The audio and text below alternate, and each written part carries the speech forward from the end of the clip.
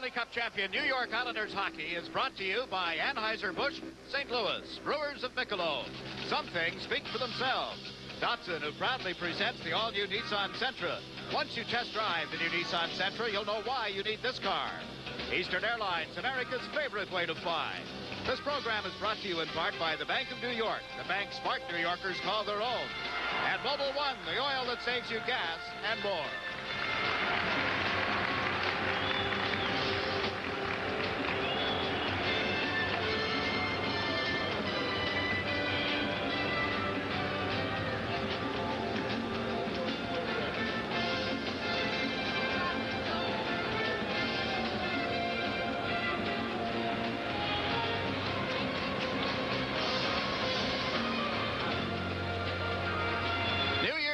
Buffalo Memorial Auditorium, WWOR TV presents the New York Islanders and the Buffalo Sabres. They meet one another for the second time this year. The Islanders defeated at home by the Sabres 5-3. As you look at Michael Bossy and the rest of the Islanders, the second game of a three-game trip. Hello again, everybody. I'm Chicks McDonald with Ed Westfall. The Sabres have not lost in their last 4 games and have been very stingy, giving up only 8 goals against in those 4. That's a good sign for the Buffalo Sabres, Jigs. Anytime you give up less than or 2 goals a game, you're doing well. The problem with Buffalo, they're not able to score goals to keep up with the goals that they're not allowing in their own end of the ice. But that's an item that I'm sure most coaches are not that worried about. They do have the firepower to get more goals, just a matter of time. The New York Islanders coming in here off a victory over the Hartford Whalers last weekend. Dennis Potvin on the sidelines tonight, out with the flu. And we'll be ready for the opening face-off here in Buffalo right after these messages.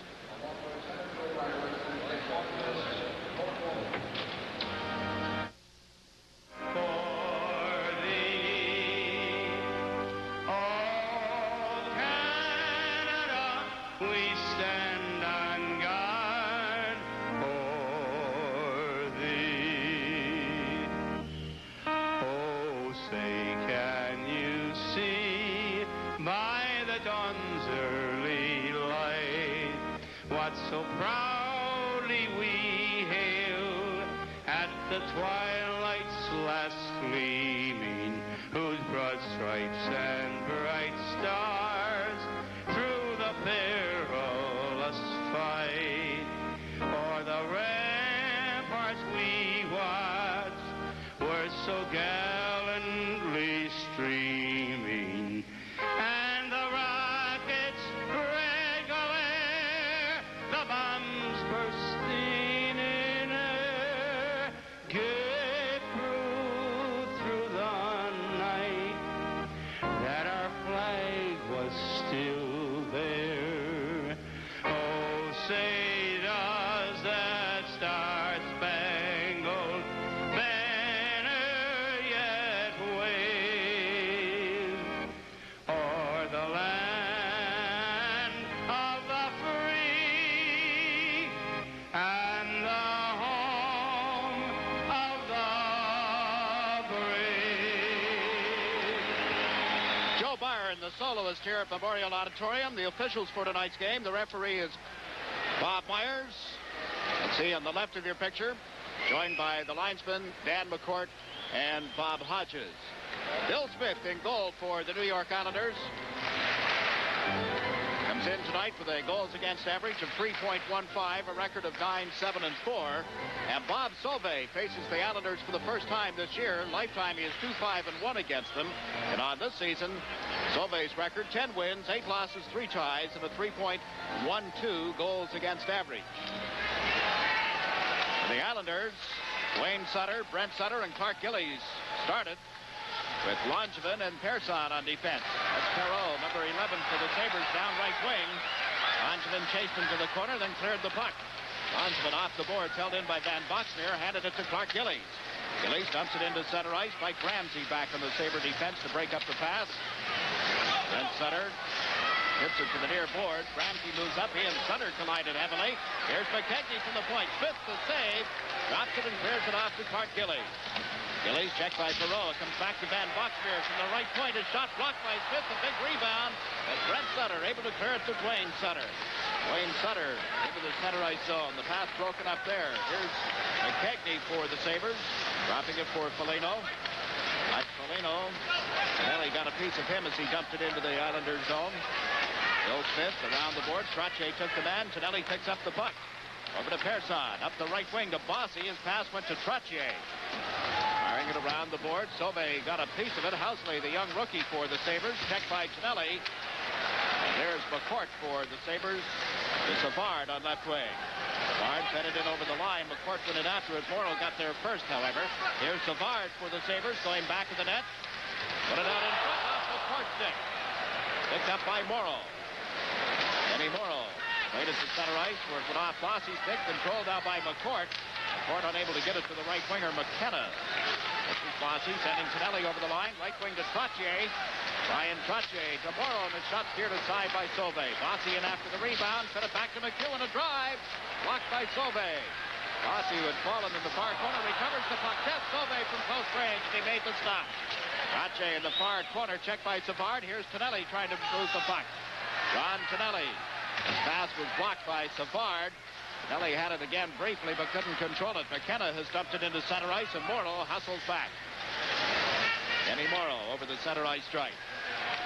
Shot it around the boards. Islanders in the middle of the player change. We played just over 2 minutes non-stop from the opening faceoff. Playfair to the right corner to Muller. Greg Gilbert stepped into him with a thundering check. Comes to the left side. Playfair up to Jean-Francois Sauvé. Long pass to Muller. Couldn't get there in time. And Smith's clearing attempt goes up into the crowd.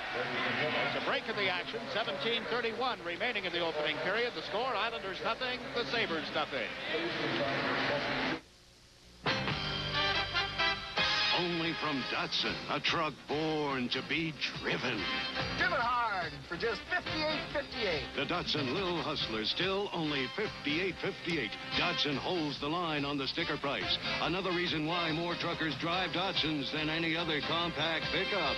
Still only $58.58. Unbelievable. Now save on any new Datsun truck with 9.9 annual percentage rate financing. Hurry. Islanders got control of the puck from the face-off. Have jumped it down the boards. Playfair touches up, and that's an icing call. You're still here, 18? I'm still here, Jakes. I love it. When I don't have to talk, all the action is on the ice. A good opening to a good hockey game so far. Both teams, some good pressure, some good chances. Mike Bossy had an opening opportunity just to the right and in close. At Sauvé at the other end of the ice, Billy Smith on a shot by John Van Boxmeer from the point. Started his night off with a good save.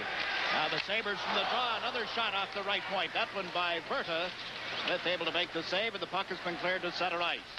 Berta off the boards. Muller shooting it into the Islanders' zone. Smith cut it off for Thomas Johnson. And an elbowing penalty being handed out by Bob Myers. As Gord Lane took his man in the center ice area. The Islanders draw the first penalty of the night. Bob Myers sending Gord Lane to the box. Let's take a look. Right there, you see Gord Lane along the board, drawing the attention of Bob Myers. Gets a holding penalty. The Buffalo power play ranked number 18 in the league. 26 power play goals, 141 chances prior to tonight on home ice. Their power play, 13 of 69, 18.8. 13 of 72 on the road, 18.1. That's not very good. In fact, it's horrendous. McKegney got it back to Van Boxmeer to McKegney. Trying to get away from Trottier's check. Gave it to Van Boxmeer to the left side. Housley moves in deep, but there is Persson. Laps it off the boards, and the Sabres have to go back. Doring and Trottier were out there. Now Billy Carroll has come out to replace Trottier. Van Boxmeer quarterbacking the Buffalo power play up the right side to Carroll. Van Boxmeer to Housley. Housley shoots it around the boards. Billy Carroll on the far wing is too well covered. Van Boxmeer with a shot. That sails wide. Housley kept it in at the left point. Entering attempt from McKegney. Billy Carroll knocked it away from him. And again, the Sabres go back. Now a minute and 17 seconds remaining in Lane's penalty time. Bob Bourne is out along with John Tonelli, killing it off now for the Islanders. Here's Housley up the right wing side. And McKegney shoots one around the boards. He got away from Bill Smith. Tonelli comes back quickly. Ran into a check from Carroll. Now Tonelli kicks the puck to Bourne, and he's able to clear it down the ice. 53 seconds remaining in Lane's elbowing penalty. There's no score in the opening period. The only trip to Buffalo this season.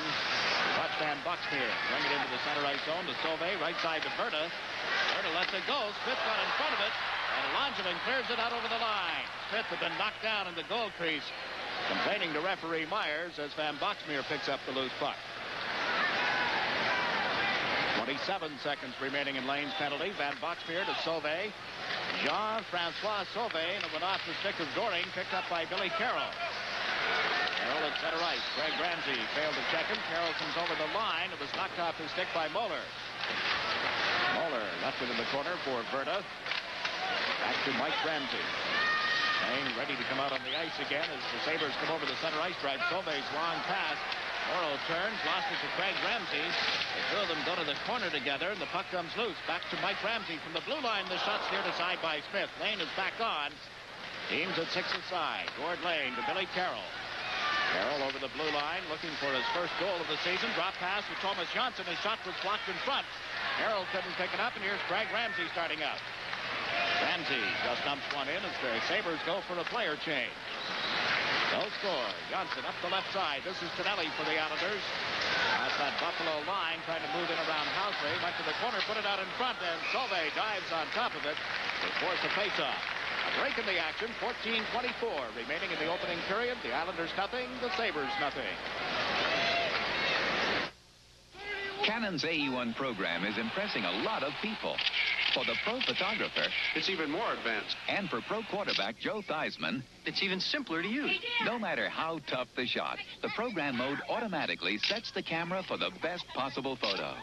This Canon is super. The Canon AE1 program. So advanced, it's simple. Canon, the official camera of the National Hockey League. This copyrighted telecast can wait. We'll do it after. Sure. No, they're going to drop the puck. I don't want to do that while the game's going on. I thought you had those recorded. Wrong again, Jiggs. Well, it still takes time, and you don't want to take time out of the game. Trache, Bossi, and Tonelli. Tonelli stole the puck back in the net, but couldn't get it out in front. Housley working out in the Buffalo defense up the right side. Langevin turns, has to go after it. Smith out of the net.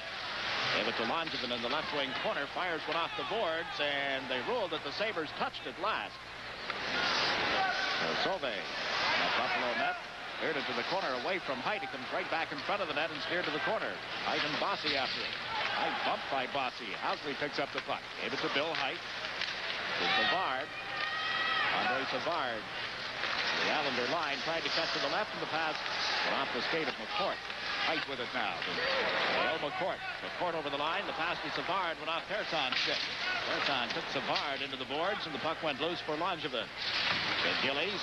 Flipped it around his man to Trache. Back to Gillies to Bossi on right wing. Mike Bossi. Drop pass. Gillies moved in, but Mike Ramsey was able to clear it in the nick of time. John McKenna over center ice. McEwen chased him to the boards. McKenna ran into them heavily as he lost skating room. Now McEwen with a drive, steered aside by Sauvé. Wayne Sutter cleared one in front of the net. Sauvé had to leap out his side, and the Sabres end up shooting it down into the Islanders' zone. Morrow back to get a stick on it, and that'll be an icing call against Buffalo. A heavy hit. Clark Gillies using his weight. John Van Boxmeer on the receiving end. In the Buffalo end of the ice to the right of Bob Sauvé, the goaltender. Gillies hit him so hard, jarred the helmet off. John Van Boxmeer. A lot of heavy hitting in the game. The Islanders initiating right from the drop of the first puck.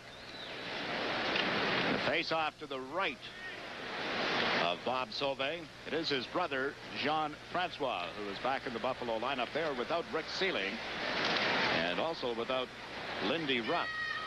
So Jean-Francois Sauvé has returned to the lineup from Rochester. The Islanders without Dennis Potvin out with the flu. And Anders Kaller not dressed for tonight's game. Gord Lane back after suffering that bruised knee. The Sabres move up in the left wing side. McKegney at center. Checked by Kenny Morrow. Morrow from the Buffalo line. His shot went off Mike Ramsey. Picked up outside the line and brought back in offside. McKegney, as you look at him, had 2 goals against the Islanders the first time they met this season. That 5-3 Buffalo win at the Nassau Coliseum. And when the Islanders returned from this trip, Sabres will be the first visitors. That'll be next Tuesday night, January 4th. 3 times the Islanders will play the Buffalo Sabres in the span of 22 days. Unusual scheduling, isn't it? What scheduling? That's not scheduling. Oro has dumped the puck in. Berta around the boards to Foligno on the right side. Mark Gillies, Brent Sutter, and Wayne Sutter, the Islander forwards. And it was Gillies forcing Berta to go back. We have 12 and a half minutes to play in the opening period. Foligno on the right side. Long, rink-wide pass to Playfair. Got it in high and wide of the net. Newman back for the Islanders. Lost it in the corner. Arrow kicked it loose. McKechnie came to the side of the net, went back of it. Eddie McKechnie. Montreal needed. Right up in the boards by McEwen, who was all over top of him. Foligno can't come out in front of the net. He ran into a hard check from Brent Sutter. And Sutter was able to tip the puck into the Buffalo end of the ice. And Berta almost knocked it up to Merrick. Here's Greg Gilbert around to check. Gilbert to Merrick, and the pass was too hot to handle. Merrick runs into Sauve as he was out of the net. Sauve pushing at Merrick, and Sauve is going to be penalized. I don't think there'll be anything to Merrick here, although he is skating toward the penalty box. Sauve out of the net, shoving at him, and they're both going to get penalties. A break in the action, 11:46 remaining in the opening period. The score is Islanders nothing, the Sabres nothing. Eastern America's favorite way to fly now flies to South America.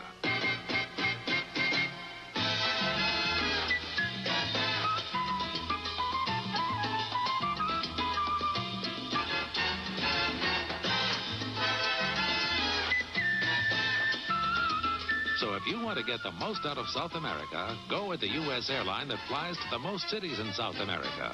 Call your travel agent for Eastern Airlines. Bob Sauve, the goaltender, he's out, he's down, wrestling with Wayne Merrick. He drew a penalty. I think it could be a roughing penalty. I haven't heard the announcement, Jiggs, but he did punch twice with his left hand, his catching mitt, at the face of Wayne Merrick. Bob Myers, the referee, assessed him a penalty, but I'm not sure just what he called the penalty. He has 2 minutes anyway. That's Bob Sauve, the goaltender for Buffalo. That is Greg Gilbert on the screen. The penalty called at 8:14. And it is a roughing penalty against the Buffalo goaltender. So the Islanders for their first power play of the night. Gilbert out with Nystrom and Merrick. And the puck tipped over the glass into the crowd. They'll face off outside the Buffalo blue line. The last time these two teams met, the first goal was scored by Stefan Pearson. 6:35 into the game. Stefan Pearson also got the first penalty of the game. That was at 4:30. We have passed that 4:30 mark tonight. We've had a couple of penalties. No score in the opening period. Merrick won the draw, getting it back to Janssen. Around the board, Sauve got a piece of it. Pearson knocked down on this left side. It came back to Gilbert into Merrick. Wayne Merrick lost the handle on it and is forced back into the center ice zone where Pearson takes over. To Janssen. Janssen slaps it around the boards hard. Nystrom comes in after it on the right wing. Checked by Brent Peterson. Peterson's pass off the boards, but out of the reach of Craig Ramsey. Johnson back to cover up for the Islanders. Left it for Merrick. A minute and 20 seconds in the Islander power play. Merrick sends Nystrom over center ice. To the Buffalo line. Poked it in around height. Merrick goes to the corner. Bumped into Mike Ramsey in a heavy check. Nystrom fed it to the blue line to Janssen into Nystrom. Nystrom bothered from behind by Ramsey. And the Sabres able to shoot it down the ice as Peterson came over to help out. Now less than a minute remaining in the power play. Trottier fed it to Thomas Janssen. Janssen at center ice, shot it high and wide of the Buffalo goal. The Sabres move it up left wing. Pearson held it in at the blue line. Dumped it to the corner. There's Mike Ramsey around to Bill Height. Height. Got an opening on the boards, and that's one into the Islander end of the ice. 35 seconds left in Bob Sauve's roughing penalty. Watch the Islanders start out, led by Bossy. Left side, off the boards. Trottier races in. Tipped in and hit Sauve, spinning like a top and slapped to the line by Height. Here's McEwen with a shot that was wide. Bossy centers. Trottier too well covered. Janssen drive. Off Sauve and wide of the goal. Pinelli takes one loose. Up to Trottier. To the blue line to Janssen. It hit a stick who was sliding in that direction. And Pinelli chases it to the corner. Third option skates. There's Bossy back to Janssen from the point. Sauve got a piece of it. It goes up into the crowd. The penalty had just expired as Sauve made the save. Best save of the game for Bob Sauve on a hard shot by Thomas Janssen from the left point. An errant stick on the ice, Jakes. Deflected. The puck. There's Brian Trache as he sped quickly, and on the left wing side, Sauve out quickly, takes a dive and lurch at the puck, as did Brian Trache. There's the clearing attempt, stopped by Mike McEwen. His drive, just wide of the net, off the backboards to Bossy. Bossy here tries to just bank it in off anybody, or have Brian Trache tip it in as he scoots it across through the goal crease ineffectively. And a shot from the faceoff. Good drive and a good save by Sauve as Brent Sutter got it away. Buffalo Sabres finally get out of their own zone, but couldn't take the pass in the center ice area. Wayne Sutter hit hard right in front of the Buffalo bench. Playfair limps to the bench. He is shaken up after that check. Wayne Sutter gulps it wide to the Buffalo goal. Gillies ridden off the puck. There's Brent Sutter unable to center it. Housley around the boards and hit McEwen, and picked up now by Foligno. Like Foligno over the Islander line. Housley moves in with him to pass through to the left side out of the reach of Perreault. Perreault handed it right to Denny Morrow. Morrow managed to get it to Brent Sutter. Sutter checked at his own blue line. There's Perreault backing over the line, but offside on the play with 8:56 left in the opening period. Some heavy hitting. There's Larry Playfair on the bench, showing the effects of a heavy check he threw at Brent Sutter. I don't know whether he hit Sutter or hit the board, but he's hurting as you see him in behind the bench with his head down. Like he hurt one of his arms or his hands. That'll happen now and then. The player will move, and you're expecting to hit him with your gloves as kind of a bracer before you run into him with the shoulder. And if he moves, the hands collide with the boards. Talk about collision. Van Boxmeer just shot the puck in off the arm of Linesman Bob Hodges. And now referee Myers in the corner to the right of the Islander goal is calling a penalty here. A break in the action. 8:46 left in the opening period. The score is Islanders nothing, the Sabres nothing.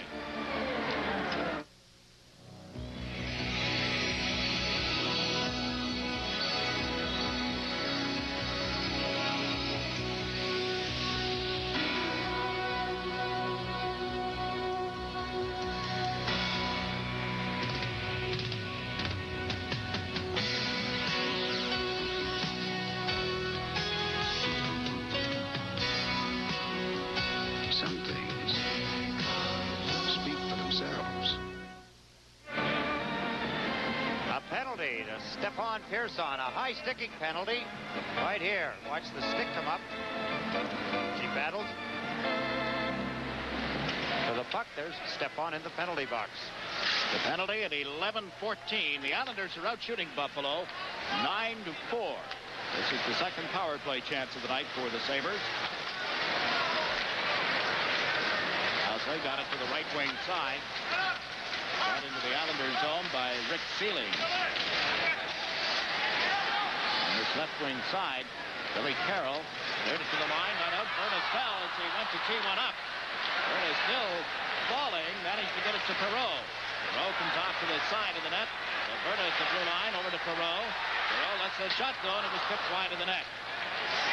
Picked up by Dale McCourt. McCourt, to the side of the net for Sealing. Ronjman got over, unable to clear it out of there, however. McCourt turns off the board. Dale McCourt back to the net to Perreault. To the blue line to Berta. There's a war going on in front of the net. Berta over to Perreault. It was checked neatly by Langevin. Billy Carroll got it to Goring, and it comes outside the line. Brought right back in again by the youngster Housley. He was checked, and Billy Carroll has cleared the puck. Good pursuit by the Islander penalty killers. They had a chance to shoot it down. They were checked. Dave Langevin having a fine game again tonight, as he has had many. Blocked the shot and shot it down the ice. Now 40 seconds left in this Buffalo power play, and they're offside at the Islander line. Foligno coming in on the left side. Officially, Buffalo has not had a shot at Bill Smith during the first minute and 22 seconds of this power play. Buffalo's power play, as you had pointed out, Jake, 26 of 141 attempts. That's an 18.4% efficiency, which is extremely low. It's not good at all. The Islanders' penalty killing, 78.2%. they are not happy with that statistic either.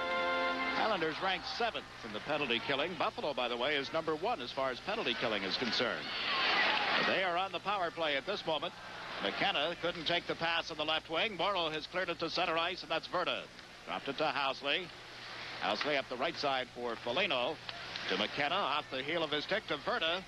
Verda shoots it around the boards. Foligno in the far corner couldn't get a stick on it. Housley from the right point. That's a goal, and it was tipped by Bourne. And McEwen, a good defensive play to come over and take it away from McKenna. McEwen to Tonelli, checked at the blue line. And Persson is back on as Foligno comes over the Islander line. Foligno went to the backhand. It's it wide of the net, and there is Stefan Persson. Persson into McEwen. 6.5 minutes remaining in the scoreless first period. McEwen is knocked down. There's going to be a hooking penalty against the Sabres. So the Islanders go to the power play. Break in the action. 6:31 left in the opening period. The score, Islanders nothing, the Sabres nothing. Now, only Chrysler Plymouth gives you 3 ways to save. 1, the only 10.9 financing on many new 83 American-built front-wheel drive cars. 2, 10.9 financing on many new 82s and $300 to $600 back. 3, every new American-built Chrysler and Plymouth car comes with 5-year, 50,000-mile protection. 3 ways to save, only at your Chrysler Plymouth dealer. See him today. Get 10.9 financing on new 82s and 83s. A penalty to Buffalo. J.F. Jean-Francois Sauvé. Bob Sauvé, the goaltender, had one earlier. The Islanders go to the power play. A hooking penalty at 13:29. The Islanders have had 9 shots on goal, and Gillies comes over the Buffalo line. It was knocked off his stick by Playfair and came up to Janssen. There's on Trottier, Bossy, and Gillies, the Islander forwards. As we watch Stefan Persson make the play to the right side to Bossy. Got it around the board. Sauvé cut it off back of the net. Played it up his right side off height and down into the Islander zone. 40 seconds gone in J.F. Sauvé's penalty. Ryan Trottier out of his own zone. Right wing to Bossy. He and Gillies move over the line together. Gillies took the pass. Trying to get it back to Persson. Did into Bossy and was knocked away by Savard. Johnson plays one around the board. Gillies trying to center. Bossy to Trottier in the goal crease and it was cleared aside. Out by Mike Ramsey. Ramsey to Savard off his stick. And Thomas Johnson races back. Smith out of the net. Cleared it up left wing to Bossy. Tipped into center ice. Bourne back to Trottier. To Bourne on the left side. Lets his shot go and it was wide. Trottier in to pick it up. Ryan Trottier to Stefan Persson is in deep off the left point. Persson got away from a check. Fed it to Trottier. Over to Bossy. Bossy shoots. Sauvé the save. Rick Sealing out to kill it off for Buffalo. Works with the back of the net and up the middle of the ice to Savard. Half a minute remaining in the Islander power play. Savard is turned into the Islander zone. The fans yelling that the Islanders have too many men on the ice. They're in the middle of a player change. Got away with it. The puck has been deflected into the crowd behind the penalty box. Jean-Francois Sauvé still in the penalty box. 21 seconds remaining in his penalty as the fans react to the puck that was shot near the Islanders bench, and it hit one of the Islanders as they were changing on the fly.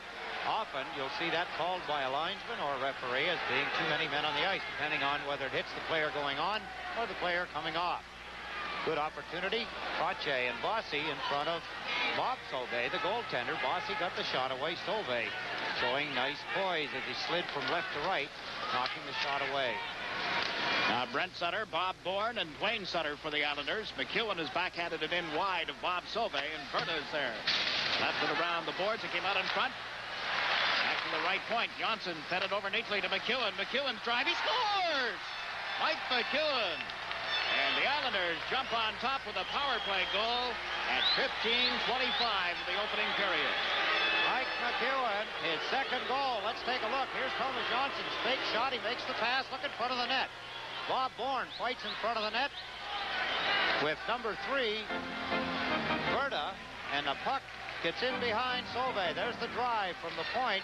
It beats Sauvé on his left side. Goes in the lower right-hand corner with Bob Bourne fighting in front of the net for territorial edge. 1-0 Islanders. So McEwen has put them on top. Team's back at 6 aside with a little over 4 minutes to play in the opening period. Playfair on the Buffalo defense with Verta. That's Verta up the right side. It got away from Lane. They really could have played it, so icing is waved on. Bill Smith to Bourne on the left side. Into the skates, and then out of the skates with Brent Sutter. Harry Playfair gave it to Perreault. Perreault back into his own zone to Playfair. Over to Verta. Exactly 4 minutes remaining in the opening period. Perreault took Verta's pass, checked with the Islander line, took a dive, and there's going to be a penalty. Brent Sutter for hooking took a look. You called it right, Jakes. It'll be Merrick, not Brent Sutter, however. Gilbert Perreault, as he motors his way across the Islander blue line. He's a strong, sturdy hockey player.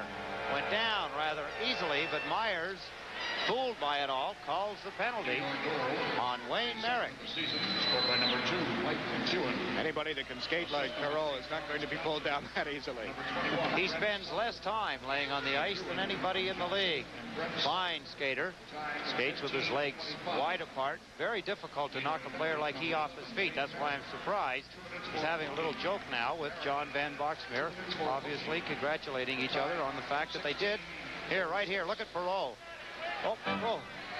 He doesn't get any more than a 3.3 on that dive, but Bob Myers was fooled. That's all that matters. Power play by Buffalo. Puck tied up in the boards, came loose. Smith pokes it back into the corner. There's McCourt. Back to Housley off the left point. Into McCourt. McCourt cuts to the right, lets his shot go, and it changed direction. Ryan Trottier able to clear it down into the Buffalo end of the ice. Butch Goring feeling the effects of the shot by Housley off his leg. It hurt him. Continues to flex that right leg as he turns in the Buffalo zone. Billy Carroll is out to replace Trottier. Perreault played it to the open wing and overcame Langevin. Van Boxmeer recovers inside the Buffalo zone. John Van Boxmeer waits back of the net. Last time with the man advantage, the Sabres didn't have a shot on goal. Housley fed it to the right side. Here's McCourt. Shot past the ceiling into McCourt. Forced back of the Islander net, then overskated it. Was able to recover, and then checked by Persson on the play. Here's Perreault. Perreault into the corner. There's going to be a penalty call here. Some high sticking going down in front of the net. The net knocked off its moorings, as you see. Sealing and Bill Smith involved originally. And some more penalties coming with 2:53 left in the opening period. Embers flaring here. You don't take liberties with a goaltender, one of the first rules of the game. But, of course, in the case of Bill Smith, some guys feel they have a score to settle. Let's take a look. We'll see how it started. You make up your own mind. Watch around the net. Solvay, or that's Sealing, swinging. There's Smith. Gives him a bit of a push from behind. He pushes back. Ooh, and then the whole thing starts. Ugly mess. It's too bad. It was a pretty good hockey game till now. Still is a pretty good hockey game. I just do not like to see that kind of action. See Smith as he leveled Sealing. Sealing wasn't supposed to play in this hockey game, was he, Jiggs? He was injured. He's had a pulled groin. He's been out just for power plays, if my memory serves me right, so far in this first period. Bob Bourne and Sealing is where it started. Then Bill Smith, and we'll see what referee Bob Myers is going to hand out here. Mike McEwen getting the opening goal. After 40 games a year ago, McEwen had 4 goals and 21 assists. After the same number of games in the season this year, a goal and 5 assists. But Mike missed 13 games this year, that shoulder separation. He missed only 1 during 81, so in fairness, the 13 games, but he has not been as effective overall this season as last. I agree, Jiggs. There's a lot of players that have felt the effects, possibly, of winning 3 Stanley Cups. And I say that because it's a large responsibility. Every time you go to play in every city you go to play in, never mind your own home rink, the Nassau Coliseum, there's some more responsibility added on. Recognized as the only team in the United States to ever win 2, never mind 3, Stanley Cups in a row. Oh, there was other teams. Yeah, there was a couple of other teams that won it twice. No one had ever won it 3 times. First American team to win 3 in a row. In fact, that's engraved on the inside of the Stanley Cup ring. It is? First American team and 3 small Stanley Cups in there. Number 16, Rick Sealing, has 4 minutes. We're sure of that. This is the kind of thing that changes the flow of a hockey game, Jiggs. It's unfortunate because we did have a good flow. There was a good tempo to the game. The players were hitting. We'd had some holding and roughing and high sticking penalties. Nothing of any consequence, excuse me. There we take a look at the clock. Islanders lead 1-0, 2:53 remaining. And there's number 16, Rick Sealing, with 4 minutes on the board. You see Billy Smith. There's Dave Langevin just going up for 2. Billy Smith for 2. And Wayne Merrick, number 11, with 59 seconds still remaining on his hooking penalty. He was in the box, and Buffalo were on a power play when things broke out around the net of Billy Smith. The penalties are going this way. The Islander penalties. Bob Bourne, 2 minutes for slashing. Dave Langevin, 2 minutes for charging. Bill Smith, 2 minutes for roughing. The Buffalo penalties, all of them to Sealing. He gets 2 minutes for slashing and 2 minutes for roughing. Now, Merrick was already in the penalty box, so we've got a crowded Islander box over there with Langevin, Bourne, and Merrick. They may have to put somebody else in to serve Bill Smith's penalty. Do you think the day will ever come, Jiggs? My suggestion will be listened to. I apologized to the president, Mr. Ziegler, the other day in Edmonton that I did not get to the National Hockey League Christmas party. I think it was the 22nd of December, where we usually corral and corner the president on a good-natured basis and propose all of our new rule changes we'd like to see this year. Mine was to see goaltenders now serve the penalty. Go to the penalty box and serve it, and put the alternate goaltender in. In this case, we've had Bob Sauvé, the Buffalo goaltender, get a penalty, and now Billy Smith. And I think they should go and sit in the box and serve them like the rest of the players. The day may come. I don't know that we'll see it in the next couple of years. I don't know that we presented our case too well the last time that we cornered the president either. Good-naturedly, as you said. What was our case? I mean, 2 years. That had to do with the goaltender being forced to continue the play. Get out of the net, play the puck in an icing, continue the flow of the game. Yeah. They're out of the net all the time anyway. Goaltenders are asking for bigger creases, and they want to have lots more room in which to operate and have less guys standing around in the top of the crease. But anyway, I'm not so sure it didn't fall on deaf ears. Of course, they have a rules committee for all that. He probably proposed that we take it to them. I wouldn't be surprised. And Billy Carroll has come over to the Islander penalty box now to serve Bill Smith's time. We're in the case of delayed penalties because of Merrick already being off the ice. And, of course, 3 minors, 1 to Bourne, 1 to Langevin, and 1 to Smith. You know, I forget which one or whether they nominate. I think they nominate which one is the delayed penalty, which one will start after I think Wayne that's Merrick. the referee's decision, is it not? I'm not sure. I'm a little embarrassed to say that, but I have to be honest and upfront. I'm not so sure that they can't designate the fact. And, of course, they would, in this case, say not so much Billy Smith because he doesn't have to serve it anyway. But maybe, you see, if he was in the penalty box, they'd want his to start first so that they could get him out and put him back in because he's warmed up and so on. And they would have Roland Melanson in. Not that he couldn't do a fine job. He's been doing an excellent job, but he'd be going in cold. Right. Listen, how much of a delay we've had now. I mean, if the goaltender skated right to the box, it wouldn't hold things up. This has dragged on all right, and the Sabres are going to play 5 against 3 here. They have 4 men inside the Islanders' zone. The Islanders with 4, but that includes the goaltenders. You see Trottier, Johnson, and Morrow. There's been no indication as to which penalties are delayed. The Islanders across the draw. Here's Housley on the left side. Housley over to Van Boxmeer, back to Housley. Housley lets the shot go and hit Morrow's stick. Van Boxmeer races after it. Into the corner to McCourt. Johnson got a piece of him. There's Perreault with it. Perreault trying to center, back to the blue line. Van Boxmeer to Housley. Housley trying to get around Morrow. Over to Van Boxmeer. On Van Boxmeer. Housley. Again, a battle in front of the net. A drive, hit Morrow, came back to Van Boxmeer to Housley. Housley. Over to Van Boxmeer. That's a goal. It's tipped and by Smith. Perreault deflecting the shot. They're tied at 1. Brian Pache upset with number 7, Dale McCourt. The puck deflected. And Van Boxmeer shot it from the right point position. Let's take a look. There's the pass. Housley to Van Boxmeer. Down goes McCourt. There's the puck as it deflects between the legs of Billy Smith. We have a heated exchange. McCourt and Brian Frache. There's the shot. There's the deflection. Gilbert Perreault, it looks like, as he fought in front of the net for position with Thomas Janssen. But the puck deflected by Billy Smith from directly in front of him off a hard shot by John Van Boxmeer. Score now tied at 1 apiece. If it's Gilbert Perreault, it will be his 19th goal of the season. I'd have to think it was he that tipped it. If it's Van Boxmeer's, it's his 5th. We'll go along with Perreault until we hear different. Any event, the goal at 17:43. That negates the balance of Merrick's hooking penalty. And we still have Carroll, Langevin, and Bourne off the ice. Sealing off for Buffalo. And again, a delay as they try to get this sorted out, both at the Buffalo bench. Scotty Bowman directing Housley. Now Van Boxmeer comes over to discuss it with the head coach. So it's only Merrick's penalty that is expired because of that power play goal. Now the decision is, Jiggs, as to which penalty will start. Will it be Dave Langevin or... Well, Billy Smith, his penalty's already working down, so Is it Bourne or is it Langevin's penalty?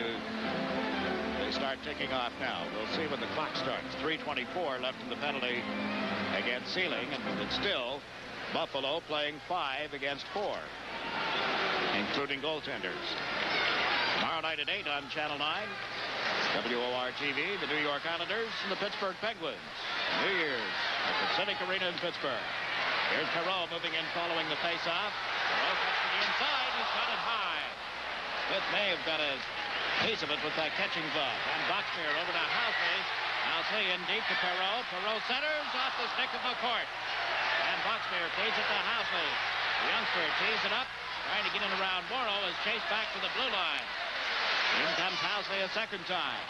Stops, played it to Perreault. Perreault to Housley. Housley is pass tipped by Goring and picked up out of the center ice area by Housley. Gave it to McCourt. McCourt turns. We have 3 Islander penalties ticking off simultaneously here. Jean-Francois Sauvé in the Islander zone. Around the boards to Housley. To Van Boxmeer. To Sauvé, and it went off his stick, picked up by Morrow. Morrow slaps it out to center ice. Here's Goring as Van Boxmeer gets back. Goring tried to turn him around, but couldn't do it. Puts Goring back into his own zone. Lost it to Sauvé. Lets the shot go, and it hit Lane. Goring clears it, not out. Housley takes. Spun around Goring. Housley's pass cut off and cleared. Toward Lane. Kicks it ahead to Persson, and the Islanders dump it down the ice. Islanders trying to get a play stoppage here. Time ticking down in some penalties. They're tied 1-1 inside the last minute of the opening period. Sauvé over center ice. Over the Islander line as well. Gave it to Mike Ramsey. Ramsey lets it go. Deflected, and Smith able to get in front of it. John Tonelli comes up the right side. Tonelli into center ice. Over the Buffalo line with a slap shot that sailed high and wide. Offside. Bob Sauvé. It's brought out by Mike Ramsey. Ramsey into the Islander zone. Comes in deep, chased back to the net by Persson. Checked when he was knocked down, and Lane picked up the puck. Langevin is back on. Mike Ramsey in deep in that Islander zone. The defenseman works it behind the net. Peterson comes over. Persson took the feet out from under him, and the crowd really upset. McKegney got it back to Mike Ramsey. Into McKegney, and his shot hit Lane. Is cleared wide as the horn sounds, ending the opening period. Shows 1 minute and 7 seconds left in the penalties against Sealing, and indicates that the Islander penalties have indeed expired. And there's still a conference going on the far side of the ice at the penalty box that includes the referee and a couple of players from each team. But at the end of 1, our score is tied. The Islanders won, the Sabres won, and we'll be back with a recap following these messages.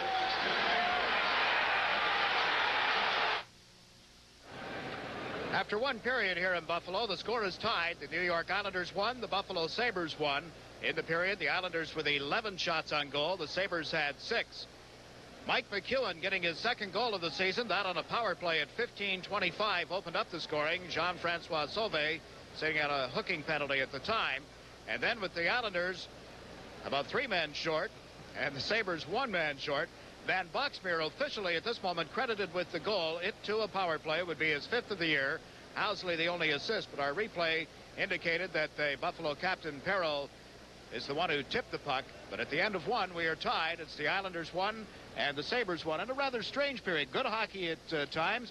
And then from time to time, a little strange. And, of course, those penalties compounded that. Now, Bob Myers started in calling penalties early, Jake, so he continued to do that. He, of course, would like to see the players, as most referees will tell you, settle the game on their own. But when the sticks start to come up, and it started out rough, but the sticks were down, and they slowly got higher and higher, and we've seen some incidents that are a little bit ugly. So Myers wants to get back and control the game now until he can give it back to the players. And in doing so, of course, we had the one incident down at the end of the ice with Billy Smith, and that resulted in a lot of the penalties. But the ones that came up to that point were outside of the one Perreault took a dive on. I think the other ones were more deserved. But it was a pretty good period. I thought it started off the way the Islanders would like to start.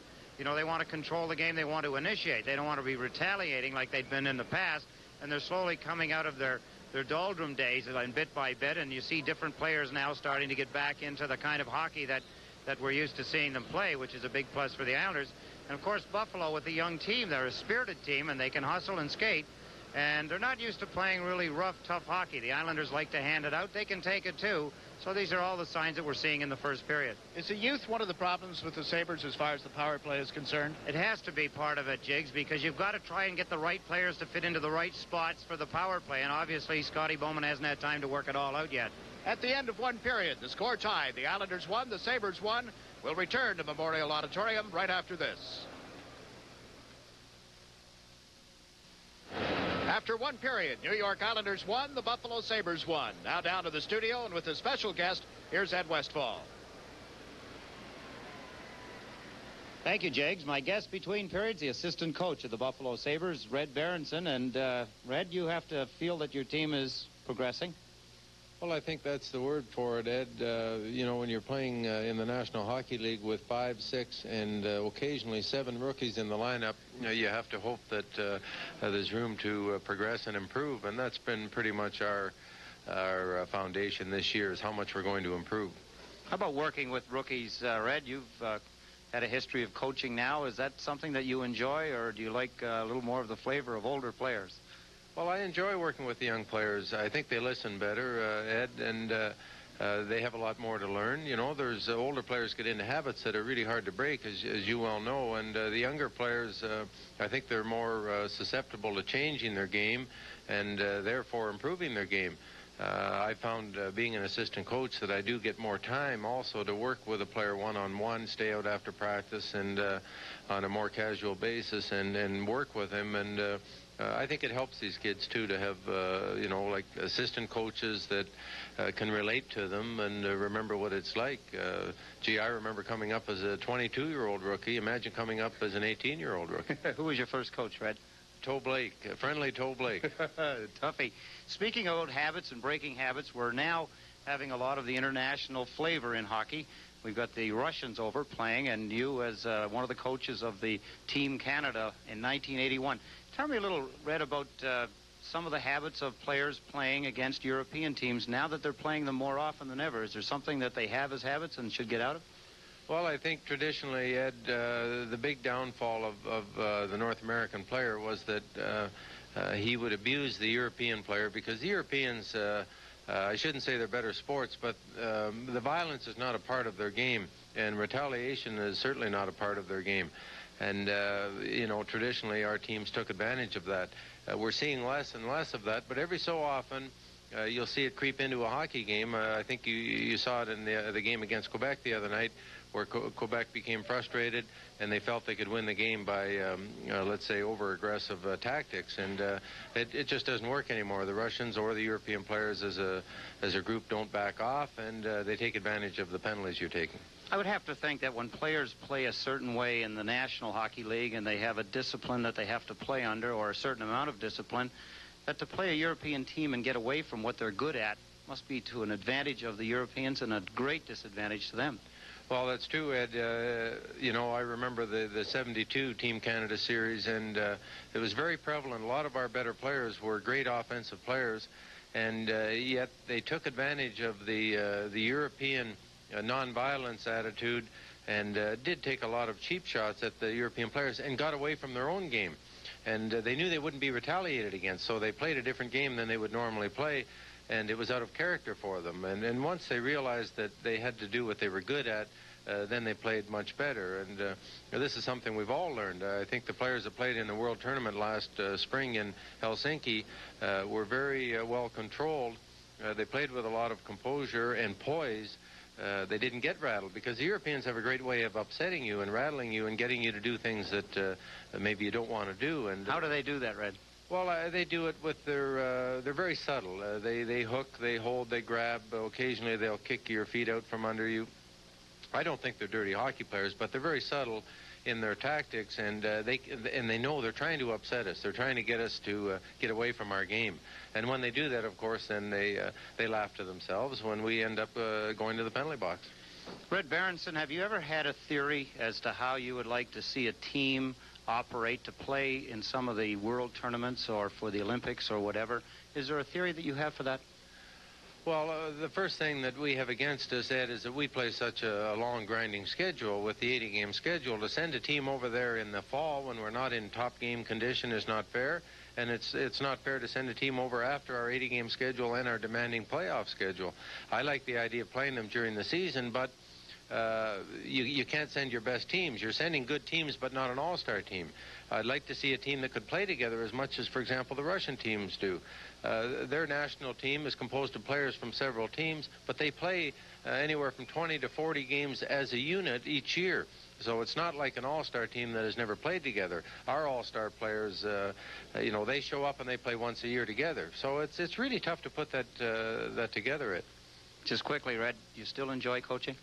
Yes, I do, Ed. I'm enjoying it. This is a new facet for me, but I'm enjoying it. I'm working with people that I respect and I have known for a long time, and working with a young hockey club. Yeah, I'm enjoying it. Good luck to you. Thank you. Red Berenson. Now back to you, Jegs.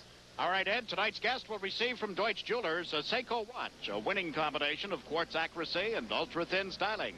Seiko at Deutsch Jewelers, the store for all your jewelry needs in Hicksville, Queens, and Manhattan. The score is tied. Islanders 1, the Sabres 1, and we'll return following this message.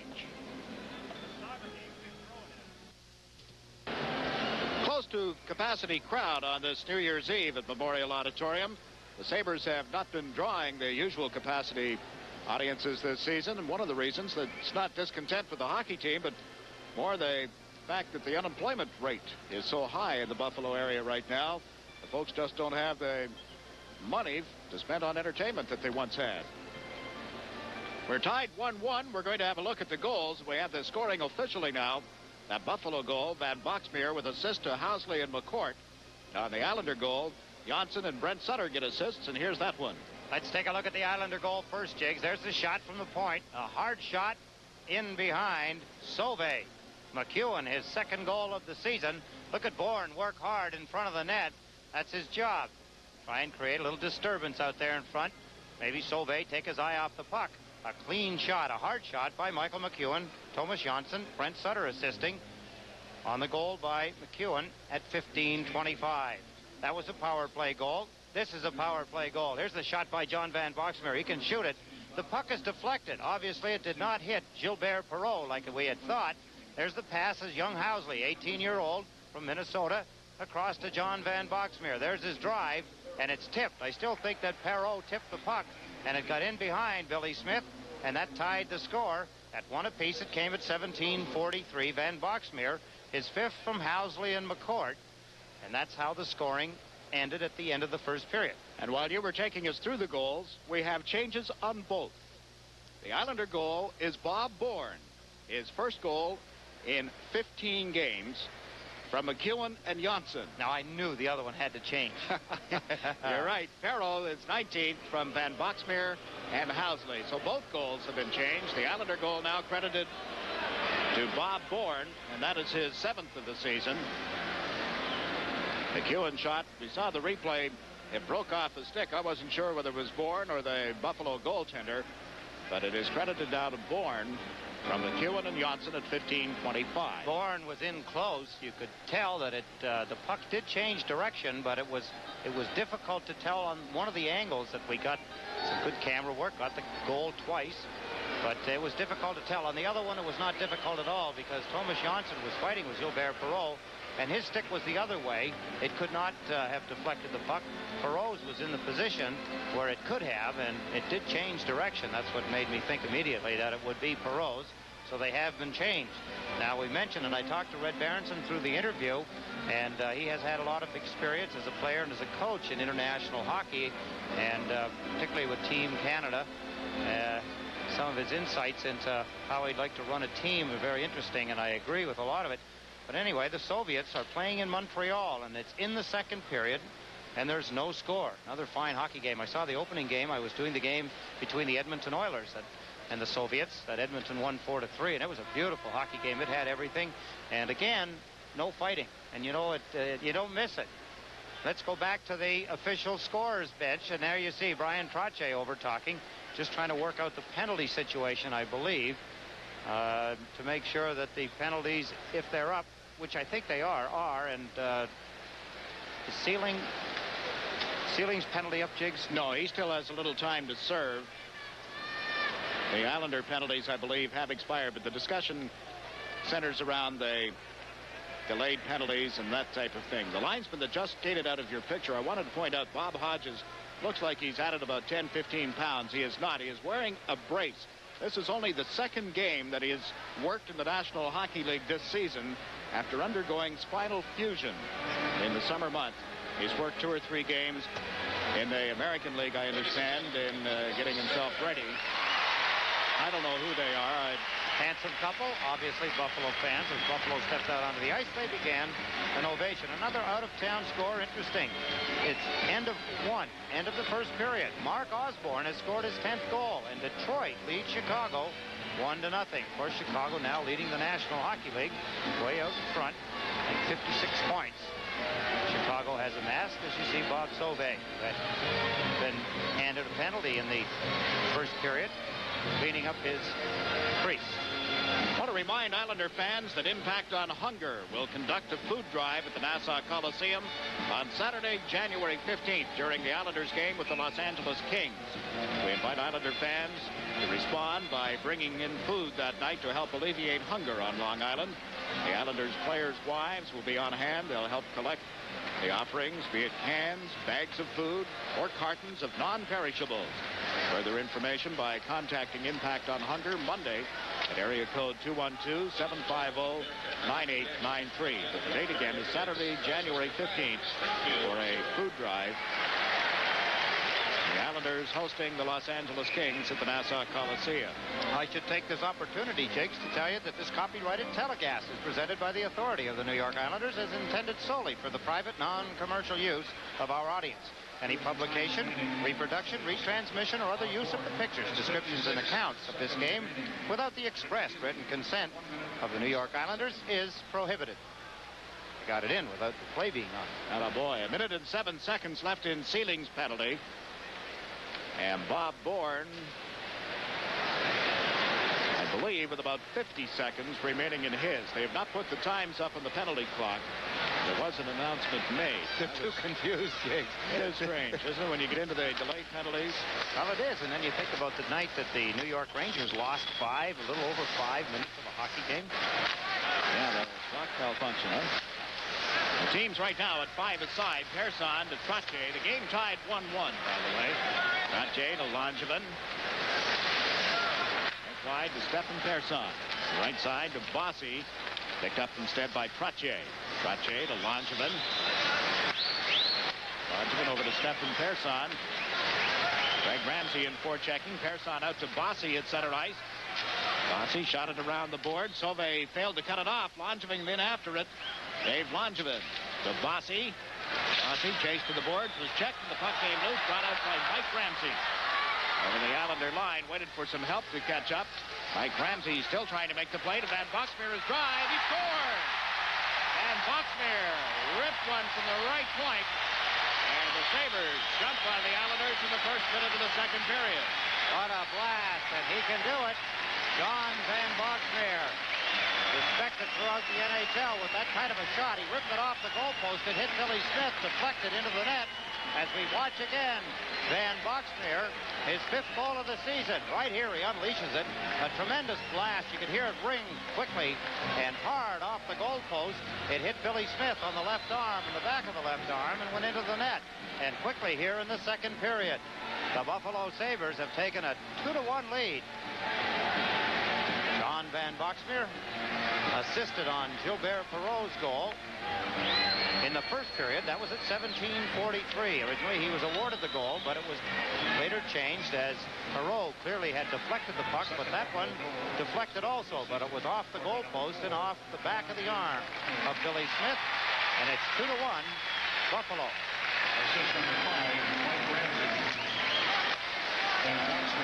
Mike Ramsey gets the only assist on Van Boxmeer's 5th goal of the season. It won't change this one. It came at the 53-second mark. Now McEwen from the point. Stick save by Sauvé. Wayne Sutter down to Brent Sutter. Playfair fell, knocked the puck loose, recovered. Got it up the left wing and out into center ice. McEwen hustles back. The teams are finally back at 6 aside. 2-1. Buffalo leading the Islanders early in the second period as McEwen came out in front of his own goal. Trying to play it to Brent Sutter. Now Sutter over to Morrow. Morrow from the Buffalo line. That's one off the stick hand of Sauvé. McKenna played it around to the right side. Morrow held it in at the blue line. Into the corner to Dwayne Sutter. Couldn't tip it out in front of the net. There's Berta for Buffalo. Played it to the right wing. McKenna gets tangled up with McEwen. Over comes Brent Sutter as well. They froze it on the boards momentarily. It comes back to Gillies. A drive. Sauvé the save. Loose puck. And Playfair clears it for the Sabres. Off the left wing, Sean McKenna. It was knocked off his stick, and Brent Sutter hustled back. Sutter to Morrow. Morrow breaking pass at center ice to Gillies. Sent Brent Sutter over the line. Couldn't get a stick on it, however. And the Sabres dump it back into the center ice zone. Here's Greg Gilbert. Gilbert's shot was blocked at the blue line. Right off the center to McKenna. McKenna over the line with McCourt. The play broken up, and out comes Nystrom. Nystrom sends Merrick into the Buffalo zone. Merrick cuts in on goal. Shoots. Sauvé the save. The puck cleared. Nystrom with it. That's it around behind the goal. That's Bill Height. Up the boards. Johnson came in. And the puck was dipped into center ice for Nystrom. Back to Lane. Gord Lane to Bob Nystrom. Nystrom on the right side. On it to the Buffalo line. Muller picks it up there. Comes down left wing. Sauvé over the line. A rising shot. Smith left his skates to get in front of that drive. Mike Muller trying to center the puck again. Ran into Gord Lane. Nystrom took over. Nystrom to Lane. Lane trying to get away from the forechecking, and Jean-Francois Sauvé cleared it into center ice. Amel is out for Buffalo. The puck went to Lane. To Gilbert. Greg Gilbert lost it at the Buffalo blue line. Cleared to the open wing, and over comes Height. Bill Height handed it right to Thomas Johnson. Johnson tried to send Gilbert in on the left side. Couldn't catch up with the pass, however. Bob Sauvé works it around to the corner for his brother, who was hammered on a check by Nystrom. Nystrom races back to the net. There's going to be a penalty here against the New York Islanders. Delayed penalty, in fact, as the Sabres start out into the center ice zone, led by Housley over the Islander line to Sauvé. Centering attempt was blocked, picked up by Peterson, but the whistle has sounded. And referee Bob Myers penalizing Gord Lane, or is it Nystrom? It is Lane for slashing. A break in the action. 16-14 left in the second period. The score, Sabres 2, Islanders 1.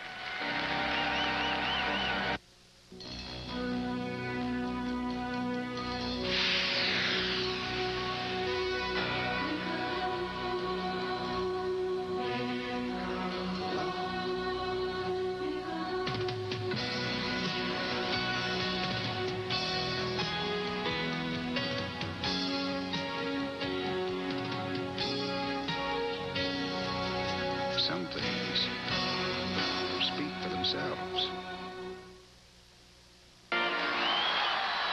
Gord Lane for slashing at 3:46. We look at the Islander goaltender, Bill Smith. And Billy Smith is getting a penalty also, Jiggs, a 2-minute penalty. It could be for abuse of the official. I saw Bob Myers turn quickly as he skated by the net of Billy Smith after he was assessing the penalty to Lane. Unsportsmanlike conduct of Billy Smith of the New York Islanders. Well, 2 men short. And the Sabre power play will get a great opportunity here to increase a 2-1 lead. They've had only 8 shots at the Islander net. 5 of them, make it 6 rather, in the first period. And a couple more, including Van Boxmeer's goal at the 53-second mark. Now, Butch Goring has come out to Dr. Referee Bob Myers. Goring is going to serve the penalty. Al Arbor upset at the Islander bench. That's a bad penalty to take as Butch Goring goes in to serve the penalty for Billy Smith. Could be a very costly penalty. They're trailing by 1 now. McKegney got the puck back to McCourt to Van Boxmeer and drives. Smith the save. Rebound came right back to Van Boxmeer. Takes it to the blue line. Gave it to McCourt. McCourt back to Van Boxmeer. To McCourt. Take the shot. Over to Van Boxmeer. Reached for the pass. Gave it to Perreault in the corner. Perreault to Van Boxmeer. Winds up. Shoots. Smith the save. The rebound is cleared. Persson works it to the right wing boards, and Trottier came over. Ran into McCourt. McKegney there as well. McKegney dug it off the board. Persson stepped in front of him. Stephen Persson angled up back of the net. Trottier has it in his skates. Forces a face-off to the right of the goal. That used up. Well, now this one is strange. One penalty says 1 minute and 10 seconds. The other 1 minute and 20 remaining. And they were both called at 3:46. Jiggs, Al Arbor is waving one of the Islanders over as we take a look at the blast by John Van Boxmeer with McKegney coming out from the side of the net trying to get in front of him. There's the loose puck. McKegney tries to swipe it in. Billy Smith clears it.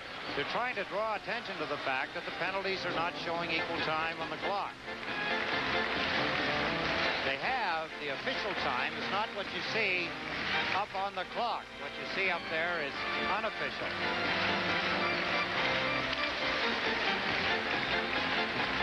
Well, you saw a look at it, and you still do. 110 and 120 penalties that were called simultaneously. There's a stopwatch on the bench that is held and kept by the official timer in the penalty box area, and he is to keep the official time on the stopwatch in his hand, and it should coincide with what is up on the board. Do you know which one's right? The one in his hand is supposed to be. No, but on the board at the moment. Which I have to look at the penalty. Came back to 120. 1 minute and 20 left in those penalties. You saw a Housley shot blocked by Smith. Gave it to McCourt. Perreault steps in over the Islander line, then was checked by Trottier and Langevin. And it was Trottier bearing the puck into the Buffalo end of the ice. And McCourt lines up. Less than a minute remaining in the penalties now as Perreault took the McCourt pass. Comes to the Islander line, moved in on the left wing side, stops, looks for his options, back to McCourt.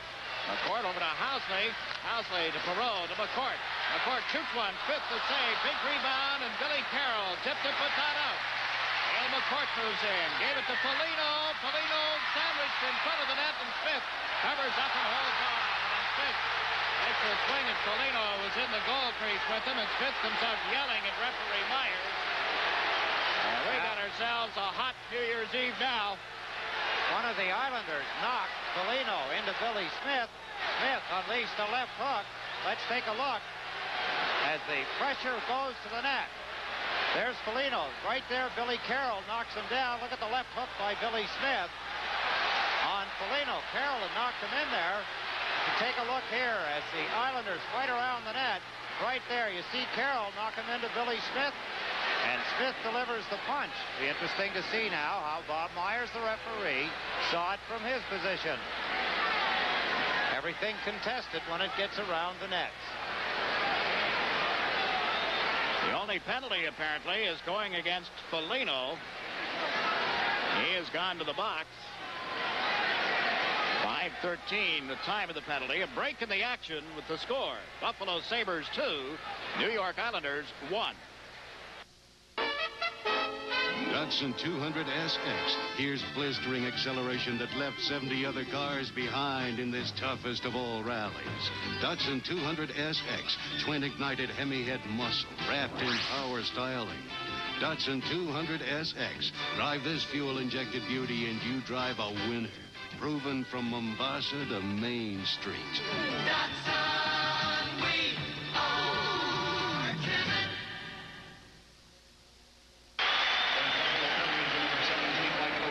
of both Bill Smith and Mike Foligno.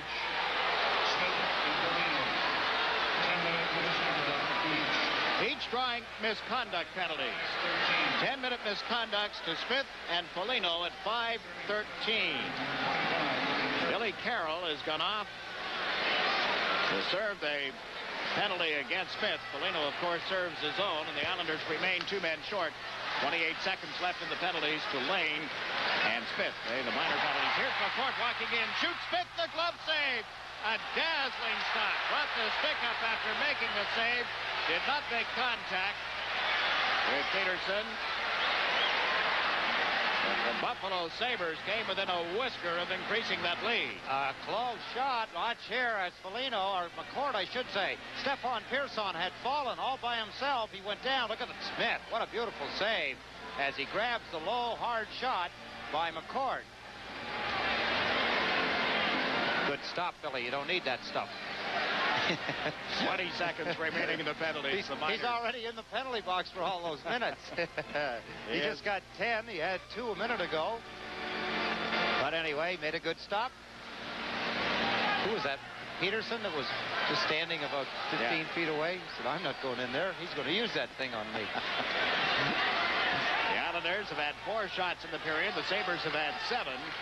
And we have played only 5 minutes and 26 seconds of the period. Buffalo, a long shot from the blue line. Again, Smith, a spectacular glove save. This one off Mike Ramsey.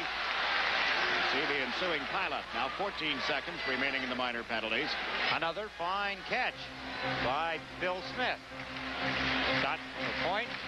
Let's take a look as Buffalo gets another attempt at the net. It's up high just about the spot, but Smith likes it.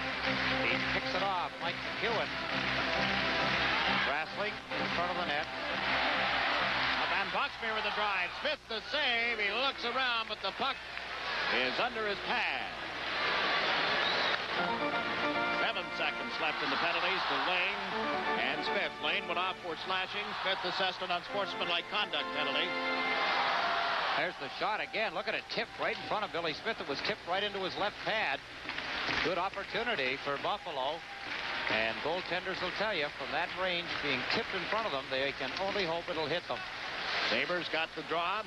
Peterson into the corner. Checked by McEwen. It's fed back to the blue line. Van Boxmeer to Ramsey. Mike Ramsey shot hit Morrow. Ramsey to Van Boxmeer. Lets it go, and that was deflected wide. Teams at 6 aside again. Sealing comes to the side of the net. Couldn't stuff it in. It's in the mesh. And no further play. They rule it off McEwen's stick last. And the face-off will be in the circle to the left of the Islander goal. Islanders fight off penalties. They have done it successfully. A lot of shots by the Buffalo Sabres.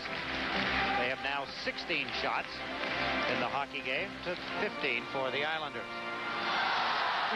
New Year's Eve at Memorial Auditorium. We're with you again New Year's night. Tomorrow night at 8 on WWOR, the Islanders and the Pittsburgh Penguins. Our first trip to Pittsburgh this season. Sealing just shot it wide. Playfair from the blue line. That shot was tipped. Smith able to block it. That one went right through the goal mouth as Craig Ramsey shot it wide. On the left side, Brian Trottier right it off the boards. To the right wing to Bossy. Back to Morrow. Over to McEwen. Going into center ice. And Trottier went off his stick. Controlled by Tonelli. Tonelli to Bossy. Right back to Tonelli on the left wing board. Couldn't poke it in around the defense. McEwen is set. Here's Peterson on the right wing. Morrow gets back in time. Chase Peterson to the corner. And the back of the net together. It came right out in front. McEwen shot hit Craig Ramsey and rebounded to Tonelli. Tonelli is over the line. Tonelli to Bossy on right wing. Lets it go from a bad angle. Sauvé the save. Trottier picks it up to the point to Morrow. His shot was blocked. Tonelli had been knocked down at the side of the net. Didn't take the centering attempt, and Sauvé comes to center ice. A.F. Sauvé is over the line, working on Lane. Put it out in front, but right to Johnson. Thomas Johnson up the left side. Tonelli right into Hamel, and Trottier cleared the puck. Housley back to Playfair of the Sabres to Sauvé. Checked by Gord Lane. And recovered inside the Buffalo zone. Housley with a burst of speed, then parked back to the net. Housley moves up the right side. Lugs the puck into center ice. Over the Islander line. Housley left side and hit Lane as Housley tried to set up Gilles Hamel. Housley off the left point. A shot tipped, and Bill Smith able to grab it and hold on. Housley, I like him as a hockey player, Jiggs. He's a fine, young, upcoming 18-year-old. He handles the puck well. He shoots it well. There's a shot from the point that Billy Smith grabs. More action in front of the net. Always a threatening gesture. Now Clark Gillies has come out with Brent Sutter and Wayne Sutter. Sauvé at center ice for Buffalo. Mike Moeller is on the right side. Gilles Lamel on the left wing. The puck came back to Housley, and his shot was tipped wide. In quickly, Amell unable to center it. Brent Sutter moves it up right wing. Wayne Sutter back to Brent. Comes over the line, giving it to Gillies. Gillies a drive. That went wide. Johnson in after the rebound. Neat move around Sauvé's check. Got it to Gillies. His backhander kicked out by Sauvé. Gillies to Brent Sutter. Chased into the corner, tied up on the boards. Dwayne Sutter comes in. He and Amell tie up one another. Brent Sutter got it off the boards to Dwayne. Couldn't come out in front of the net. Now Brent Sutter's persistent forechecking is knocked it away from Amell. Gillies can't control it, and out comes Sauvé. Johnson stepped in front of him, tipped it back in offside, and there's no further play. A break in the action with 11 minutes and 50 seconds remaining in period 2. The score, Buffalo 2, the Islanders 1.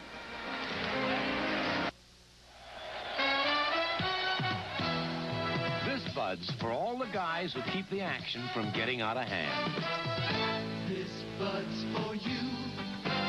For all you do, the king of beers is coming through.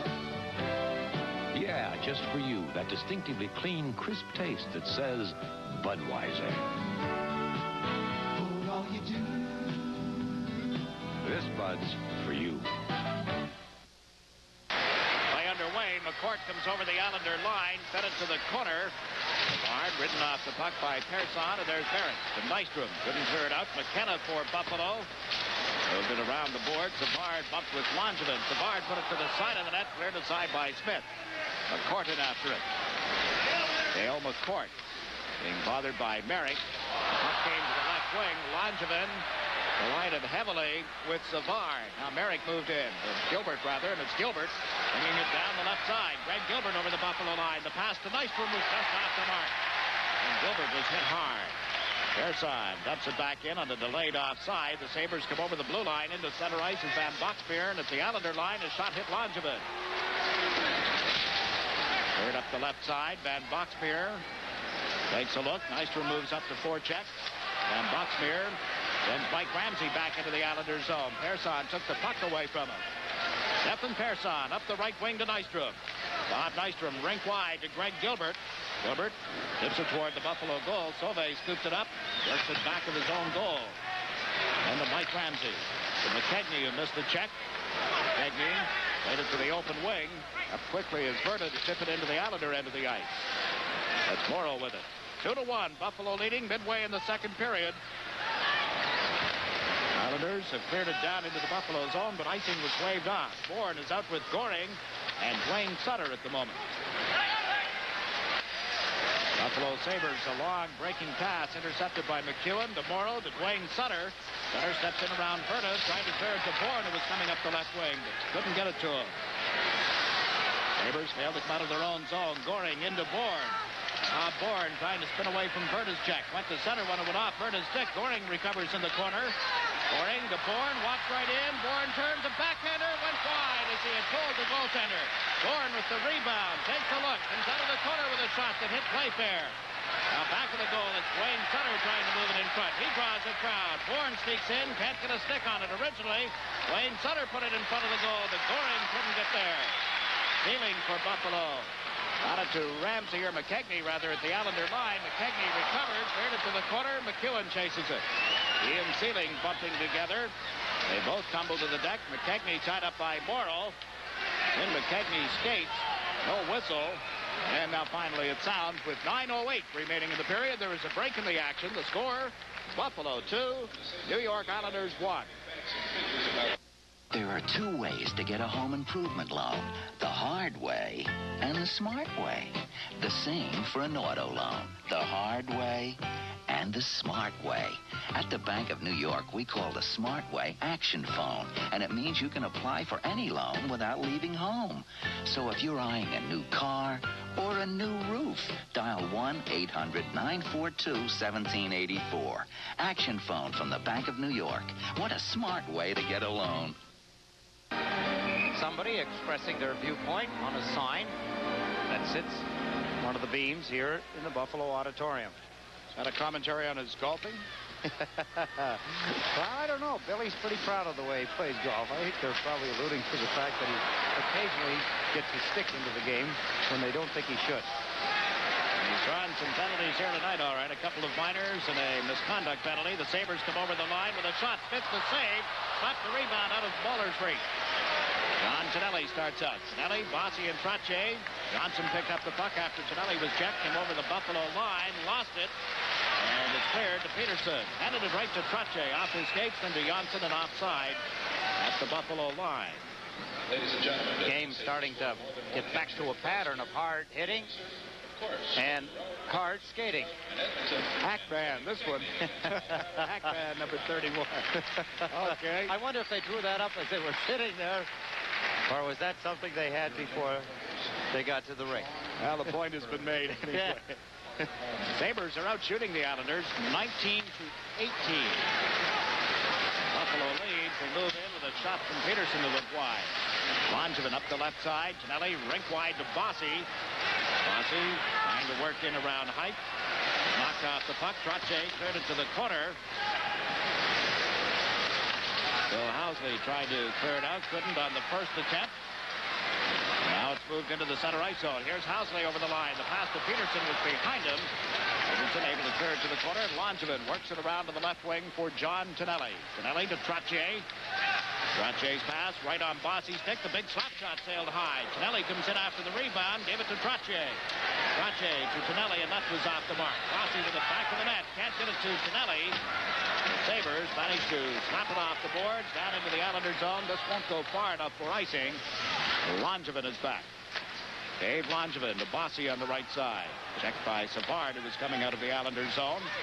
Now here's Mike Ramsey, the former Olympian. His shot went wide, and it's picked up by Pearson. Pearson to Gillies on left wing. Didn't get up, and Boxmeer's shot went wide. Bossy takes over on the right side. Islanders down by a goal. Bossy to Gillies, had to wait outside the line. Now comes in on the left wing. Shot it around the boards, but Bossy was headed for a player change. Savard into center right. Brent Sutter got back to step in front of him. The two of them go to the corner with the sticks up a little. The crowd yelling. McEwen bumped by McKenna, and Gillies has backhanded it to center right. Ramsey waiting for his teammates to come back. Gave it to Dale McCourt. To Savard. Comes over the Islander line with McKenna, but offside is called. A break in the action here in Buffalo. 6:53 left in the period. The score, Sabres 2, Islanders 1. Now, only Chrysler Plymouth gives you 3 ways to save. 1. The only 10.9 financing on many new 83 American-built front-wheel drive cars. 2. 10.9 financing on many new 82s and $300 to $600 back. 3. Every new American-built Chrysler and Plymouth car comes with 5-year, 50,000-mile protection. 3 ways to save, only at your Chrysler Plymouth dealer. See him today. Get 10.9 financing on new 82s and 83s. Close call at the blue line. The whistle blew. The fans were yelling. It was hard to hear the whistle, but it was McCourt barely offside. His brother called it on him. They'll talk about that after the game. Here's Carroll for Buffalo, number 11. It's over the Islander line, but not before Sealing was able to step back on side. So again, a whistle. You can almost bet now through the rest of this period and into the third period that you'll see Peterson, Craig Ramsey, and Rick Sealing out as a unit every time Trottier and Bossy had Gillies there with for a while. But generally, it's John Tonelli. That's the checking line of the Buffalo Sabres. Scotty Bowman would like you to believe that he doesn't use a checking line, that he has 4 lines and he goes in rotation no matter who's on the ice. Depends on how the game's going, he says, as to whether or not he decides to assign a line to Bossy and Trottier and John Tonelli. It is 2-1 Buffalo with a little more than 6 minutes to play in the second period. All right, got the puck to Janssen. Now to Gord Lane. Gilbert, Nystrom, and Merrick, the Islander forwards. Lane, a long shot off the blocking glove of Bob Sauvé. Gilbert finding his feeling. Merrick has played it around the boards to the left point. In comes Lane. Couldn't get there in time. As the Sabres move into center ice. McKegney comes over the line. Tried to one-hand it around Johnson and Smith, and that didn't work. Greg Gilbert to Wayne Merrick. Merrick to Lane as he moves up the right side. Shot it into the Buffalo zone. Berta's back, but the goaltender Sauvé elected to play the puck, and it comes to the open corner. Nystrom moves in for it. Rob Nystrom. Deeper into the corner to Gilbert. Gilbert draws some attention. In comes Merrick as well. The puck tied up. And there'll be a face-off to the right of Bob Sauvé. I mentioned that Bob Bourne had gone 15 games without a goal until tonight in the first period when he is credited for deflecting McEwen's shot and getting his 7th of the season. Bob Nystrom has gone 22 games prior to tonight without a goal. Long time. A lot of areas, though, Jake, the Islanders are starting to show a recovery. Wayne Merrick tonight skating much better than I've seen him skate. Seems to be playing with freedom and a bounce in his skate. And a happy new year to Islander fans watching the game on WWOR TV. 3 young fans from Rochester put that up. Mike, Tim, and John who catch all the action on WWOR. That's Bob Bourne on the right side. His shot tipped off Goring and wide of the net. Cleared back to Langevin at the left point. Off his skates, it went to Dwayne Sutter. To the right point, and nobody there for the Islanders. They have Sauvé for Buffalo. Long pass up the right side, went off Langevin. Now back inside the Islander zone. Goring to Persson. Stefan Persson to Goring off his stick. Controlled at center ice by Height. Height shot at his teammate Sauvé. And Muller had slapped it back into the Islander end. Persson to the corner, came right out in front and back to Persson. Persson. And Dwayne Sutter over the line to Goring. Goring left it for Bourne. Bourne turned around by Amell. Goes back to the net, recovered, centered, but right into the skates of Housley. Amell bumped solidly by Dwayne Sutter. Goring picks it up. Has to bring it into center ice, then right into the referee. Persson moves it back inside the Buffalo line. That's Height. Bill Height. Tonelli has come out with Trottier and Bossy now for the Islanders. Persson sends Tonelli over the blue line. The right wing pass to Trottier. Checked from behind by Amell, and here's Muller. Down left wing into the Islanders zone. Bossy caught up with him, and Persson controls the puck. Stefan Persson over to Brian Trottier. Right side to Bossy. Bossy trying to find Tonelli, but Sealing had him covered. Sabres dump one high and goes over the boards into the Islander players' bench. For the next 10 home games, including Sunday 7 o'clock start against the Hartford Whalers. Craig Ramsey. Let's take a look at the upcoming games first of all. Why don't you do that, Jakes? All right, tomorrow night, Islanders and the Pittsburgh Penguins at 8 o'clock. And then on January 20th, the Montreal Canadiens and the Islanders live from the Forum in Montreal at 8. Following Thursday night, January 27th at 10:30 Eastern Time, the Islanders and the Los Angeles Kings from the Forum in Los Angeles. Followed on the Saturday night, the Islanders and the Vancouver Canucks at 10:30 Eastern Time from Vancouver. As you were discussing that, you could see Bossy and John Tonelli talking. Obviously, they're trying to set the strategy. That's a tragedy. Just forget it. Honest, Ossover. Yeah. Happy New Year. Goodness. Oh, well, those store-bought things never did work too well. Huh? Icing is called here against the Sabres. The fans disagree, naturally, with the officials. It was close. 2-1 Buffalo. 3 minutes and 55 seconds left in the second period. Bossy out there with Trottier and Tonelli. They measured the speed of the shots on a few of the individuals this past week. Mike Bossy ended up having the fastest shot on the New York Islanders. He also gets it away the quickest. The man you see right there, Brian Trottier, was second, along with Langevin. And there's going to be a penalty here. The Buffalo defenseman, John Van Buxmeer, will go off for interference. He pulled the feet out of him under Tonelli back of that Buffalo goal. So the Islanders with an opportunity to get even if they can make the power play work. A good opportunity. Right here, John Tonelli behind the net. That's a good play by John Tonelli. That's not such a good call by the referee, Bob Myers. That's twice now tonight we've seen players. Perreault in the 2 minutes for holding. First period, as Wayne Merrick, or second period, when Wayne Merrick threw a penalty for something the same on Perot, and this time John Zanelli goes down. Van Boxmeer goes off. So a power play opportunity. Good chance for the Islanders, as you mentioned. 3:47 remaining here in the second period. Good chance for them to tie up the game. We played 11 minutes without a penalty. 11 minutes since Foligno and Smith threw the misconduct penalties. On the power play, Johnson fades it to Persson. Back to Johnson from the blue line. It was up on edge and sailed wide. Bossy off the board. Got away from the check, gave it to Johnson. Over to Stefan Persson. Persson back to Johnson. Into Tonelli in front of Bossy. He shoots. It was blocked at the defense and cleared wide of the net. McCourt slaps it around the board. Actually duffed his shot, but Height able to bring it into center ice. Bill Height knocks it back to Mike Ramsey. Ramsey checked by Tonelli. To Bossy, stolen by McCourt. McCourt and Savard come over the line. It's Savard in control of the puck. Andre Savard taken to the boards by Persson, and Trottier works it around to Johnson. A minute 13 left in the Islander power play. Thomas Johnson lugs it into center ice. Across the Buffalo line. Shot one wide. Bossy will pick it up in the far corner. Give it to Trottier. Trottier around the boards. Back to Persson. Into Bossy. To Trottier. Trottier had to reach for it. Height caught up with him. Now Trottier turns, drops it back in the net, but Mike Ramsey was there. Ramsey trying to clear it out. It hit Trottier. Trottier really tied up with Savard, and finally McCourt dumps it down the ice. 40 seconds remaining in the penalty to Van Boxmeer. Buffalo 2, the Islanders 1 as we watch Johnson carry the puck to center ice. Bothered from behind, managed to play it in off the left wing board. Gilly steps in front of Berta, and the puck is cleared. Johnson comes in off the point. Thomas Johnson unable to control it. The Sabres force the Islanders back. Persson gave it to Bossy, checked immediately by Playfair. The Sabres getting on the Islanders very quickly, killing off this penalty against Van Boxmeer.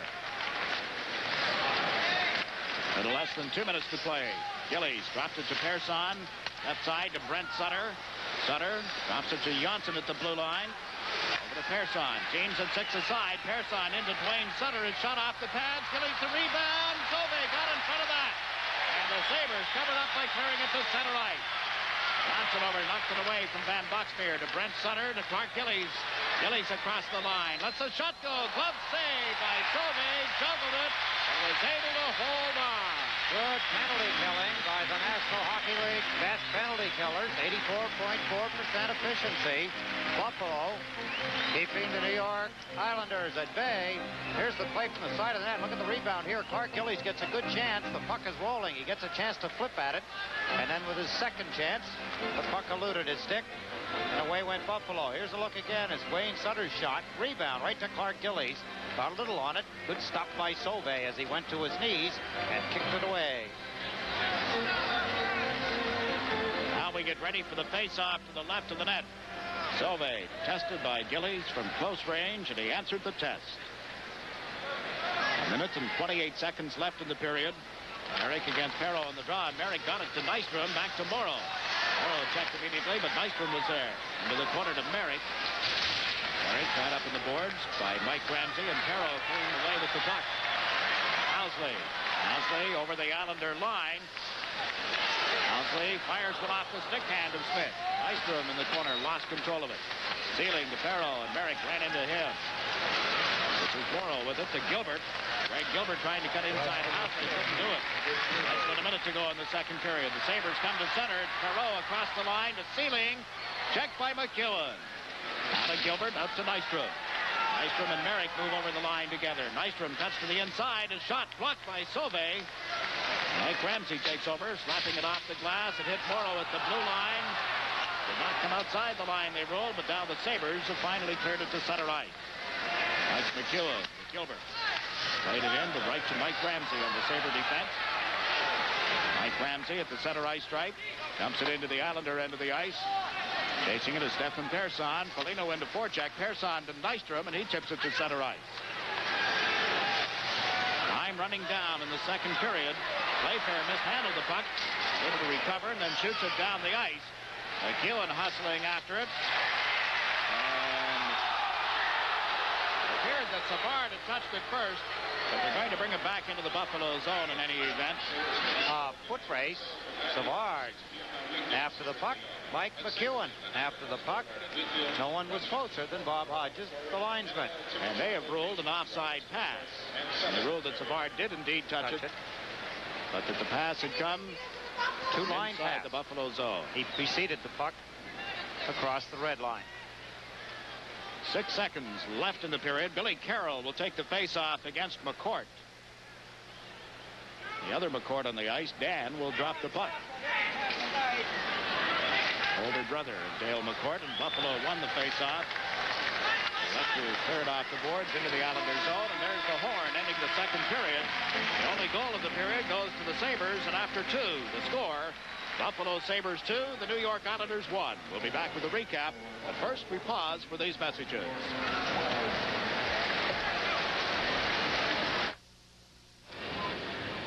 Buffalo Sabres 2, New York Islanders 1. We've played 2 periods on New Year's Eve at Memorial Auditorium. The shots on goal in the second period by Buffalo, 14 for a 2-period total of 20. By the New York Islanders, 12 shots, 2-period total of 23. The only goal came at the 53-second mark. Mike Ramsey fed it to the right point. John Van Boxmeer, who had been credited with a goal in the first period, then saw it taken away, now has his 5th of the season. Ramsey the only assist, and it was 2-1 Buffalo. Some penalties in the period. One of the reasons for the Sabres having the number of shots on goal that they did, but they seem to control the game in their penalty killing. While their power play has been going nowhere, their penalty killing has been excellent. It has to be in a game like this, not particularly their penalty killing, but the Islanders. Their Islanders have killed a lot of penalties, did a good job. They haven't allowed the Buffalo Sabres those point-blank shots because Housley, for a youngster of 18, shoots the puck very hard. And John Van Boxmeer, we saw him ring that one in off the goalpost, hit Billy Smith and deflected in. He's got an excellent shot for a power play shooter. He keeps it low and he shoots it hard. But the Islanders did a good job throughout all of that kind of disconcerting type penalties. They managed to kill their way through it. I thought they might get a little more of a lift from that, Jiggs, than what they did. They didn't seem to catch fire like you might have seen, you know, a few months ago when something like that would mean so much to them and they'd be able to take advantage of it. At this particular point, they didn't.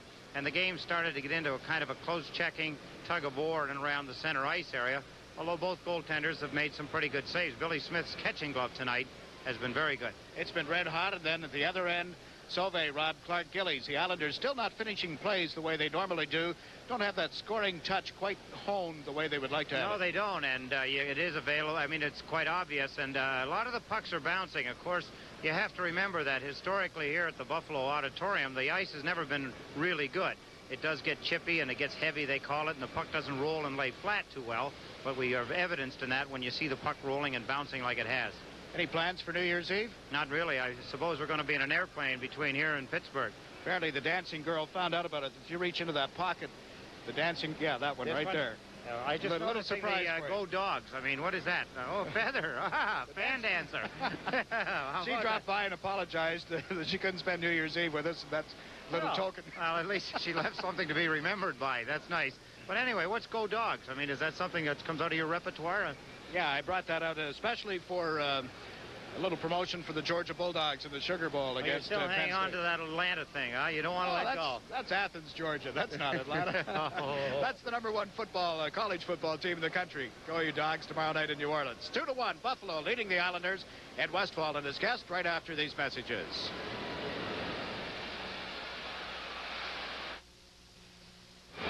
We are 2 hours and 40 minutes away from 1983. This will be the last time that you see this next gentleman on an Islander telecast this year. Let's go down to the studio with his guest. Here's Ed Westfall. Thank you, Jiggs. My guest between periods, the general manager, the New York Islanders, Bill Torrey. And Bill, approaching the new year, anything happening? Should we ask that maybe there's something that we don't know that you could tell us? Well, Eddie, you know so much. I don't think there's anything I could tell you. But no, I'm just hopeful that some of the signs we've seen in the team the last week or 10 days are signs for things to be a little better in the new year than they have been as we close out the old year. Obviously, we're disappointed the way we've performed, and I think the team really, that's a genuine feeling. And but by the same token, I think it's an upbeat feeling now in the room, and there are a lot of good positive signs. As to Other things, well, other things are always possible in this business. I have to tease you a little bit. Let's go back, Bill, if we can, just back to the beginning. What kind of signs or what kind of vibrations does the general manager of the team get when he thinks that things aren't going quite as well as you'd like to see them? How soon do you know that, or when did you realize it for this particular, we'll say, doldrum that the team has been in? Being very candid, Eddie, if you know, Al, who is my public spokesman, you know, he said very early on in the year that things were not the way we liked them to be, and they weren't. We were winning games, but we were not playing well, and we got away with it. And I think when you couple that with the, you know, the euphoria of 3 Stanley Cups and all of the other things that go with it, you begin to tend to think that things are going to happen automatically, and they don't happen automatically in this game. You've got to make them happen, and we've got away from that. And when it seeps down through almost your entire roster, it's not something that's going to snap back quickly. But by the same token, maybe it's a lesson that we had to learn, and we brought on ourselves, and it's one that we've got to correct ourselves. Is it true then that you said that you're going to let the team work its way out to a point where you feel that they should have worked it out? Well, I did have a little meeting with them at one point, and I said basically to them that, look, they created their own mess, and I felt enough confidence in them that they've shown in the past that they can accomplish certain things, and I thought that their maturity was such that they should be able to pull themselves out. Obviously, if it doesn't turn out that way, well, then we have to look to other things. But those things are always the first thing that the media and the fans naturally turn to, and I understand why. But by the same token, you don't just exactly throw away a 3-time champion either. Wasn't that fairly obvious at training camp when you didn't make any different, you didn't change any players at training camp when you could have? Well, I did that for 2 reasons. First of all, I felt this team did deserve a chance. But second of all, our farm system is very important to us. We have a big investment in it. We've got a number of good prospects, and I would prefer to bring them in when circumstances are a little better than when they're in the situation that they're in right now. And all the time, of course, we're giving our players time to develop. Our team in Indianapolis is in first place and having an outstanding season there. We've got a couple of boys in junior that are having good years. So there are a lot of other alternatives that we can turn to if it's necessary. That was my next question, Bill, is does a general manager go to his own system, or does he kind of develop options outside of the system when he knows that he may be forced to do something? Well, I think you have to evaluate. That's where the evaluation comes in. As you know, Jerry Eman is here tonight. We had a meeting today relative to our amateur draft picks, and we've got 2, Pat Flatley and Paul Boutillier are playing over with the Canadian national junior team, and we've got some deadlines facing us very soon, and we are going to have to make some decisions, for example, on a player like Paul Boutillier. We have a January 3rd deadline as to whether we recall him or not. So all of these things you are weighing. This is a very busy time. It may be holidays for a lot of people, but it's not much of a holiday for those of us that have the job. We usually look at Bill Torrey and having the kind of nice options. They're tough decisions that you have to make when you have to make them. And what's some of the toughest ones, for instance, that you have now? You mentioned the January 3rd with Paul Boutillier. Just what is it that you're faced with, the options that you have with him? Well, if we don't recall him by the 3rd, then he is not available to us for the balance of the season unless we get into a state of emergency where we have less than 6 defensemen healthy. So that's a decision we have to make. Is he ready, and is it time for him to come? And obviously then that creates the problem. You've got 8 defensemen, assuming everybody's healthy. Dennis still has the flu and won't play tonight, but these are the deadlines that you can't do anything but face. Keeps general managers awake at night? Short nights. Well, we're used to seeing things work out, and good luck to you again, Bill. Thank you very much, Ed. Bill Torrey. Now we'll go back to you, Jakes. All right, Ed, tonight's guest will receive the original members-only strap collar racing jacket. It's today's most exciting, most wanted jacket. Members only. When you put it on, something happens at fine stores everywhere. After 2 periods, Buffalo Sabres, leading the New York Islanders by a score of 2-1, will return for 3rd period action, but first we pause for these messages. It was 1-1 at the end of the first period. The only goal of period number 2 came in the first minute. John Van Boxveer, who can blast the puck, fired one off the right point. We're going to get a look at it in a few moments. but it has given the Buffalo Sabres a 2-1 lead. The lifetime Islander story here in this building: 5 wins, 13 losses, 4 ties in regular season play. Overall, they've won only 12 times in the regular season against Buffalo. And there you see the ice. You know, that ice looks pretty good from here, but it's not as good as it looks. We're trying to bring up and show the show a replay of that goal. Van Boxmeer, that shot he ripped, it was a tremendous shot. And while we're waiting for that, we'll tell you that Daryl Sutter has scored his 18th goal. And Chicago and Detroit, Mark Osborne, we had told you, gave Detroit a 1-0 lead back in the first period. It's now tied at 1 apiece. That's in the third period, Chicago and Detroit.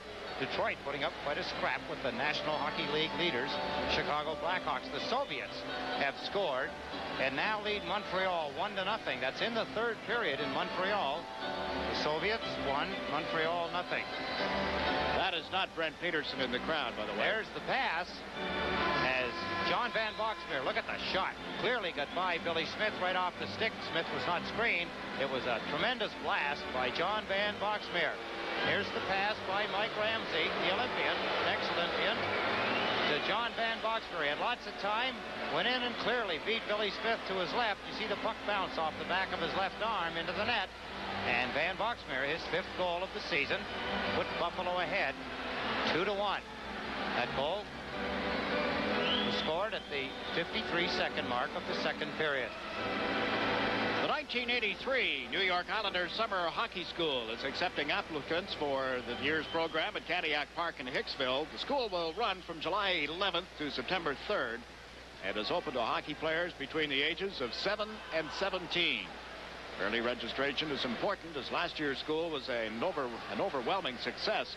This year's will fill up fast, I'm sure. For more information and a brochure, call area code 516-935-3501 or write to the New York Islanders Hockey School, Cadillac Park, Hicksville, New York.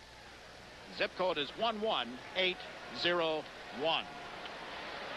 Another reminder, Tiggs, if we have time, you know, the All-Star Game is going to be held at the Nassau Coliseum this year. And people that are interested in the dinner, now the All-Star Game is on the 8th, isn't it?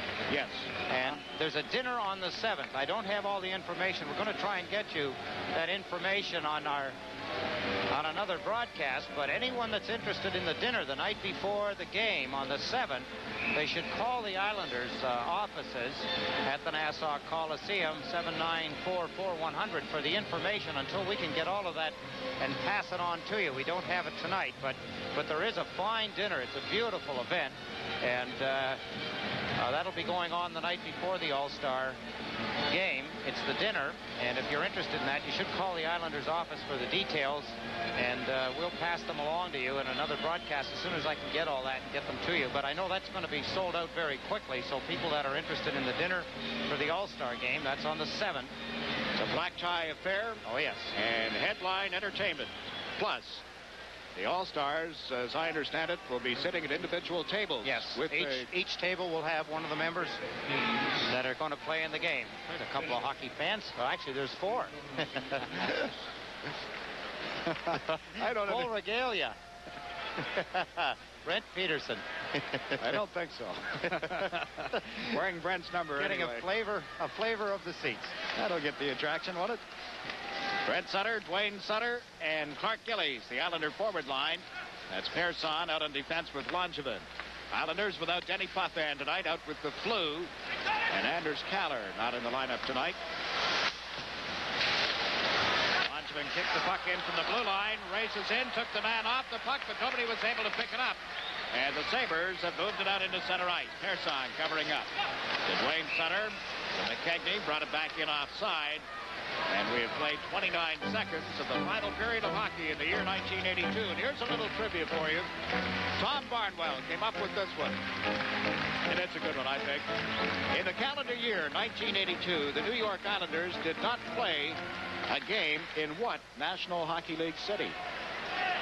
The calendar year of 82. Well, look at the chance here that the Islanders got in this building. Clark Gillies, Dave Langevin collide. Van Boxmeer 4, Ramsey 5 for Buffalo. All congregate in front of the net of Bob Solvay. Islanders had a good chance. Taken away. No one could get to the loose puck as it lay out 15 feet in front of the goal. Now there's Trottier, Tonelli, and Bossi. Came back to Morrow and over to McEwen. McEwen up the right side. Bossy takes it off the boards, but had trouble controlling it. And dumps one around behind the net. Canelli knocked off the puck, and Berta lugs it out. Now Berta across the Islander line, trying to feed it to Savard. Bossy rode him into the corner, comes out in front, off the stick of Foligno. Berta from the blue line to Foligno, knocked down, a hand pass to Savard, but no whistle. And the puck has been cleared to center ice. Playfair back in the Buffalo zone. Rink wide to Berta. Berta to McCourt. Flipped around Bossy neatly over the Islander line, then was checked by Morrow. Out at center ice, this is Playfair to Berta. Trottier moving up on him. Berta gave it to Playfair. Back to Berta right in front of the net. Berta used the right wing boards to feed Foligno. To Hamel. Hamel's shot sailed way wide of the net. Foligno bumped by Trottier, and there's McEwen picking it up. McEwen to John Tonelli. Tonelli's pass hit Foligno. Right with it at center ice. Now the Sabres try to get something organized at the blue line. Housley playing it back and forth with Bill Height. Height elects to carry it into center ice and shoots it wide of the Islander net. In quickly is Sauve. Gilbert knocked it away from him. Nystrom will pick it up in the near corner. Well, they had trouble with it. Hamel comes in off the left point. Back to the blue line. Housley's shot went off Gilbert's stick. Greg Gilbert finally did clear it outside the line, and now it's shot back in on a delayed offside. Thomas Johnson, left wing to Gilbert. Greg Gilbert at the Buffalo line. Check from behind. Sauve out of the Buffalo goal. Cleared the puck to Hamel. Hamel turned around by the forechecking of Gilbert. Then Hamel hit hard by Nystrom. The puck loose. 2-on-1 Buffalo. Sauve and Housley move in. The pass to Housley, and he shot it wide.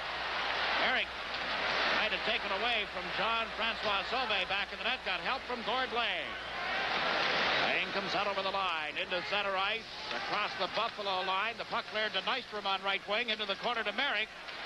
Wayne Merrick slammed into the boards. Nystrom comes in. Dug it loose. Centered. Nobody there for the Islanders. Out comes Muller. Over the Islander line. Worked on Lane. And the shot was steered aside by Smith. Ends up back of the net. Muller with it again. Muller turned around by Persson. Gord Lane gets a stick on it. Gave it to Bossy. Bossy comes up the right side with Billy Carroll. Bossy's long shot. Skate save by Bob Sauve. And the puck is cleared to center ice. We played just over 3 minutes of the final period. Sabres lead it 2-1. McKechnie to Perreault on left wing. Perreault cuts into the center of the ice. Bumped by Carroll. Got away from the check. Well, he still handles that puck amazingly well. Islanders will recover behind the goal. This is Persson.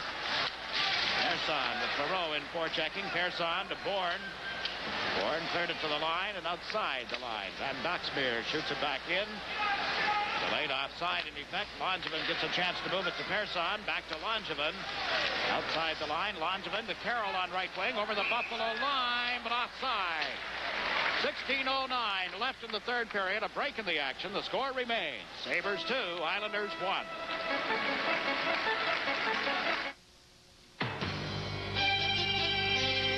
We just stole this new Nissan Sentra. New Nissan Sentra.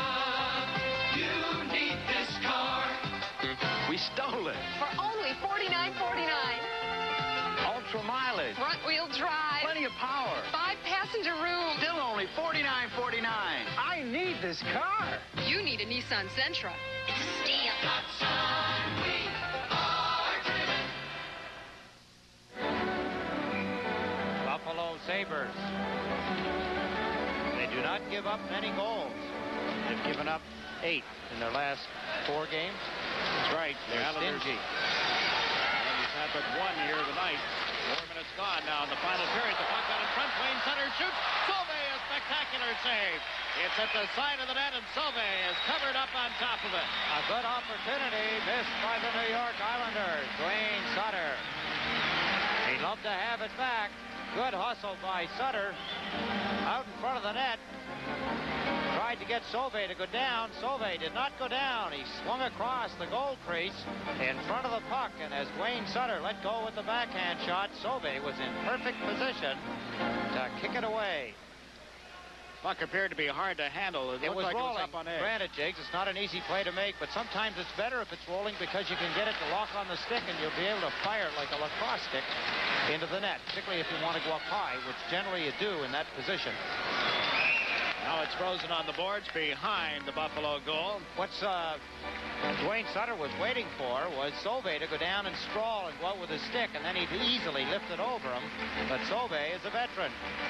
One-time Vezina Trophy winner, did not fall for the ploy, and he stood his ground. Now Peterson just won the draw for Buffalo. Verta got it around to Playfair. To the blue line off Peterson, and he was knocked down. McEwen recovered. McEwen to Dwayne Sutter, over to Gillies, races across the line, a drive. Sauvé just got a piece of it. Gillies ripping one off the left side. Brent Sutter and Dwayne Sutter trying to knock it out of the skates of Foligno. Foligno trying to sneak up the boards. The puck came loose. Gillies couldn't tee it up in the first attempt. It's loose in front of Playfair. Is able to clear it to center ice. Down into the Islander zone, but not far enough for icing as McEwen goes back. Games change on the fly as McEwen comes up the left wing. McEwen tips the puck into the Buffalo zone. Housley races back. Housley up by Trottier. Coming up the left side was McKenna. Churn dropped it to Height. Well, Height chased back to the corner. Down to McKenna on the right side. McKenna got it outside the line. It was knocked down by Lane. Waited for Trottier to get back onside. Come over the line. Sent it to Canelli.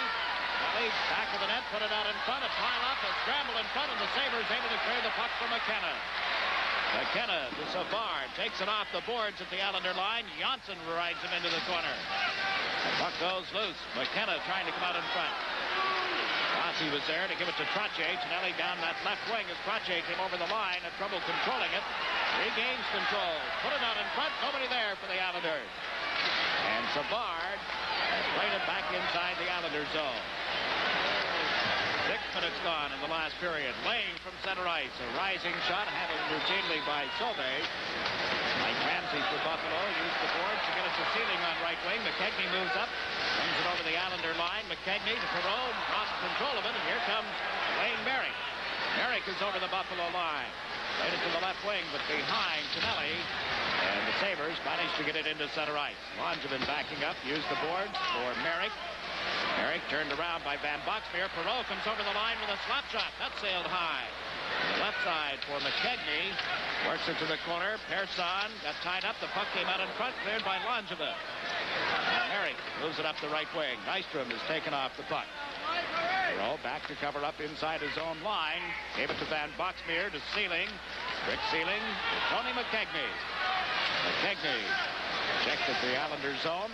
Mike Ramsey elects to shoot it in. Back to the Islanders. Stefan Persson around to Langevin. Now to Billy Carroll. Carroll taking his own zone. Moving in his bowler.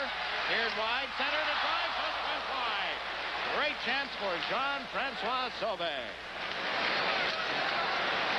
Sabres covering up at their own territory. Sauvé knocks it loose. Goes right to Langevin. Langevin breaking pass up the right wing. Here's Bossy coming in. He shoots. Sauvé the save. The Sauvé brothers having a big night for the Sabres. Muller sends Jean-Francois Sauvé over the Islander line. Sauvé to Amel. Amel trying to move in. He shoots and scores. Amel. He was filled after getting the goal, but it is 3-1 Buffalo. A great effort by Hamel, the youngster. Bossy is robbed at the other end by Sauvé. And back they come. Look at this little flip pass right on the stick, and Hamel cuts in quickly, and Smith goes down early. Hamel puts it over him, and then falls over Billy Smith. Watch your head. Oh, what a bang on the back of the head, right on the neck, as Hamel goes flying into the net. Look at this beautiful little chip pass. That's hard to do, and this is even harder. He held his balance as Ken Morrow went into him, and Billy Smith came out, went down quickly, and you see the end result as Hamel went heavily into the net, but he scored the goal. A perfect shot as Billy Smith went down. There's a break in the action with the score. The Buffalo Sabres 3, the Islanders 1. Saturday at 1, Laurence Olivier, Michael Redgrave, and Janet Sussman star in Nicholas and Alexandra, the story of the Russian Revolution and the last royal Russian family. This time, Nicholas has destroyed himself. Wasn't I told they were not? Would you have met them? How could I? Would you have given them a Duma? Of course not. Elections, schools? No. And why bother to inform you? You wouldn't have done anything. I want a good life for my people, on your terms. Nicholas and Alexandra, Saturday at 1. Gilles Lamel getting his 8th goal of the season. Jean-Francois Sauvé got an assist on the goal along with Mike Bowler at 7:29. The Islanders down by a pair. Billy Carroll in the Buffalo end of the ice. And it back to the blue line. Carroll backhanded it wide. Greg Ramsey trying to come up the left wing was checked. Puck cleared outside the blue line. Morrow was turned around on the play, and Nystrom clears it back to the Buffalo zone. Playfair now shooting it into the Islander end of the ice.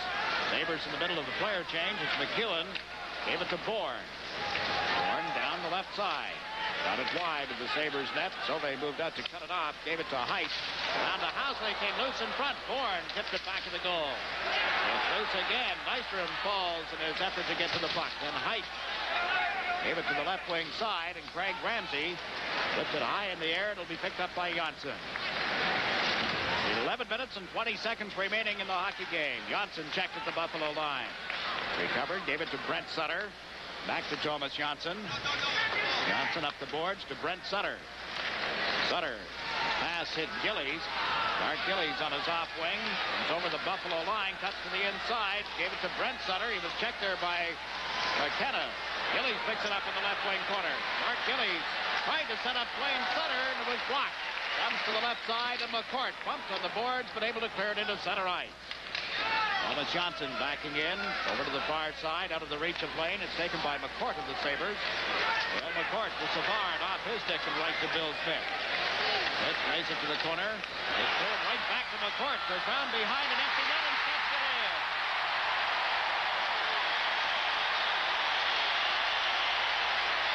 Dale McCourt. He can skate and handle the puck. And trouble here in Buffalo. His trouble seemed to be over, not on this goal, but on others like it. Look at him hold Billy Smith. Smith went down. Blaine fell over Smith. McCourt had the whole net as he smartly went behind the net. Came out on the other side with everything wide open. Smith is down. Can't get back up. McCourt. Boom, it's in the net, and it's 4-1. Buffalo Sabres, 10:33 remaining in the third period. Dale McCourt back at the Buffalo bench after recording his 8th goal of the season. 2 of them against the Islanders now. These two teams meet at the Nassau Coliseum on Tuesday night. Next home game for the Islanders. They're down by 3 as Trottier dumped it wide of Sauvé. And Boxmeer was one of the Buffalo goals tonight. Moves it up the left side. Here comes McKegney. Eddie McKegney gets on a burst of speed. Moves in on the right wing side. Goes back to the net. Trying to slide it out in front. Did. Smith juggling it. And now gets a stick on it and is cleared into center ice. And Boxmeer rolled it to the Islanders zone. Bossy got a stick on it. Over to Tonelli, to Langevin, now to Persson. Back to Langevin. Up the middle to Tonelli, but a 2-line pass is called offside. A break in the action. We have 9:46 to play in the game. The score, Buffalo 4, New York Islanders 1.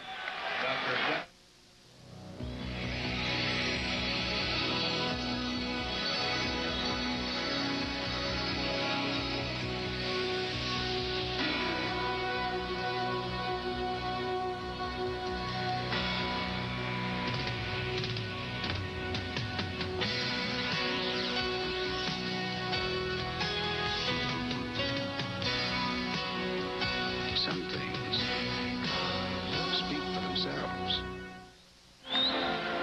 People in the Buffalo Auditorium breathe easily, or easier.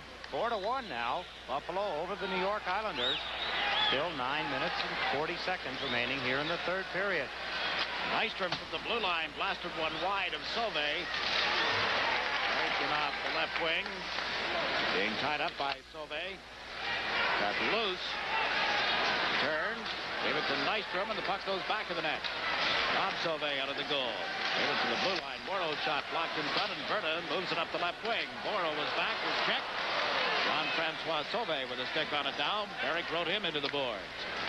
Morrow Headed to McEwen to the left side. That's Greg Gilbert. The pass intercepted by Sauvé. Sauvé at the Islander line. Lost it, managed to get it into Moeller, and he should score. Gil Hamel with his second of the night, and it's 5-1 Buffalo. The Islanders make another mistake, and Buffalo capitalize on it quickly. They're a happy group, and rightfully so. Look at that for a pretty shot. In the puck goes Hamel. His second goal of the period. Here's how it happened. Right at the blue line. McEwen is caught out of position. There's the pass to Hamel, and he quickly puts it in the net. He had the whole net to do so, and he took advantage of it. 5-1 now, Buffalo over the Islanders. And the crowd sets up the chant of Bill Lee. Bill Lee, sarcastic cheer for the Islander goaltender Bill Smith. It is 5-1 Buffalo. Hamel with 2 tonight, giving him 9 on the season. The pass for Foligno on the right side. Went off the boards and controlled by Bourne. Bourne tried to send Billy Carroll up the left side. The puck out of his reach. Sauvé played it back to the net. Islanders moving quickly to forecheck. Greg Ramsey moves it up the left side. Peterson, the house laying off his stick. Thomas Johnson for the Islanders. Put it to the corner. Billy Carroll ties up Peterson. The puck came loose. There's Thomas Johnson with it. Off the boards to the left side to Bourne, and he has cleared it into center ice. Ramsey chased back by the checking of Billy Carroll. Ramsey's shot was knocked out of the air, taken by Bourne. Bourne comes over the line. Peterson with it now. Up the right wing to Foligno. Foligno, a drive, and that was wide on the glove side. Peterson drops it to Mike Ramsey. To Foligno, but he's offside at the Islander line. There is a break here with 7:54 left in the game, and the score, Buffalo 5, New York Islanders 1. Datsun 200 SX. Here's blistering acceleration that left 70 other cars behind in this toughest of all rallies. Datsun 200 SX. Twin-ignited Hemi-head muscle wrapped in power styling. Datsun 200 SX. Drive this fuel-injected beauty and you drive a winner. Proven from Mombasa to Main Street. Datsun, we are driven. You see the goaltender, Sauvé, getting up. He had come way out of the Buffalo goal to make a save off Clark Gillies. A slap shot from the left wing. And Sauvé, who gave up the opening goal, has been very steady ever since. He has, Jiggs. And you know, Buffalo had trouble scoring goals coming into tonight's game. They were able to keep the numbers down low. We talked about the fact that they've given up only 8 goals in their last 4 games, but they weren't able to score too many goals. They've broken loose here tonight. 5 so far in the game. Perot got his 19th. Van Boxmeer in the second period with his 5th. And then here in the third period, Hamel has got 2, his 8th and 9th. And McCourt got his 8th. Here's the shot by Clark Gillies. He had lots of time, let it go, a hard shot, but it was rising. And look how far out Bob Sauvé, the goaltender, was. He made the stop, cut down quickly to cover up as Brent and Dwayne Sutter converged quickly. Mention that little notice to the one city that the Islanders did not play a game in 1982, an NHL city. One of those. It's trick questions, obviously. No, it's not. No, it's fact. The Islanders did not play a game in Montreal in the calendar year of 1982. There's a break in the action here. We'll return in a moment. The score, Buffalo 5, the Islanders 1.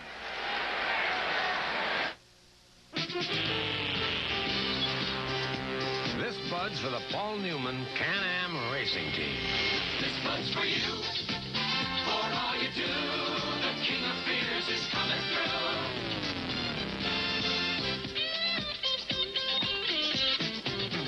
Yeah, while you're watching all the red-hot action, that's the time to cool off with the king of beers. For all you do. This Bud's for you. The second sellout of the season here in Buffalo. The first sellout, Detroit, was in, and they sold out. They're sold out here again tonight. Buffalo fans being treated at this point to a 5-1 Sabre lead. They can play the game a little different with the lead like that, with 7 minutes, 40 seconds remaining in the third period. you'll see them open up and try and get some more. And the face-off to the right of the Buffalo goal. Some debris out on the ice has been scraped up. And the Sabres have slapped it around the boards into the Islander zone. Persson is back in time. That's icing against Buffalo. That's a play that they try to organize as they get the draw. Van Boxmeer, who shoots the puck hard, drilled it. Savard took off as soon as they won the draw. And Van Boxmeer shot it all the way down the ice quickly and hard, trying to get around behind Billy Smith and out the left wing side, hoping that a Buffalo Sabre will get there in time. It didn't work. The Islanders beat them to it. Now Brent Sutter on the draw against McCourt. The puck went back in the net. Van Boxmeer takes a look, lofts it high in the air into center ice. Persson got a piece of it with a high stick. And as Langevin touches up, the whistle sounds. And they'll face off in the Islanders zone, but in the center ice area of that zone. Asking Bill Torrey, Tiggs, in the interview, trying to get out of him, which I know is almost impossible. He does not relinquish information. But I was wondering that if he didn't feel the team was recovering far enough, he seems to think that they are, and I have the same feeling, although tonight's got to set back their plans a little bit, coming out of the problems they've been having. But do they go to their own system, or do they go to the trading block? And I'm sure that, like all general managers, they have several options. Wayne Sutter moves in and shot one wide on the glove side. It came out in front, but Brent couldn't get a stick on it. Wayne Sutter and Sauve exchange some words as the play moves into center ice. Van Boxmeer comes over the line. Van Boxmeer around. Johnson moves in front. Smith got a piece of it, and the puck is loose. Johnson back to the net. Out of the way from McKenna to Gillies. Gillies and Mike Ramsey on the boards together. In Gillies skates, and the whistle is sounded. That'll be interesting. As Phil Torrey pointed out with you, some decisions have to be made. Now, people on the ice have made decisions to take things into their own hands. Sticks up a little bit, but the linesmen with Court and Hodges. Get the organ music up a little louder. It's time for a dance. Well, why not? New Year's Eve. That's right. Need a few horn blowers and hats and so on. Although I'm sure that the Islanders at this point, down by 4 goals, don't feel a great deal like being in the festive mood. Now, it'll be a very quiet trip to Pittsburgh following this game. Hopefully that city will be just as quiet. Pittsburgh? Yeah. Unless you know the inner circles. I don't. Thank you.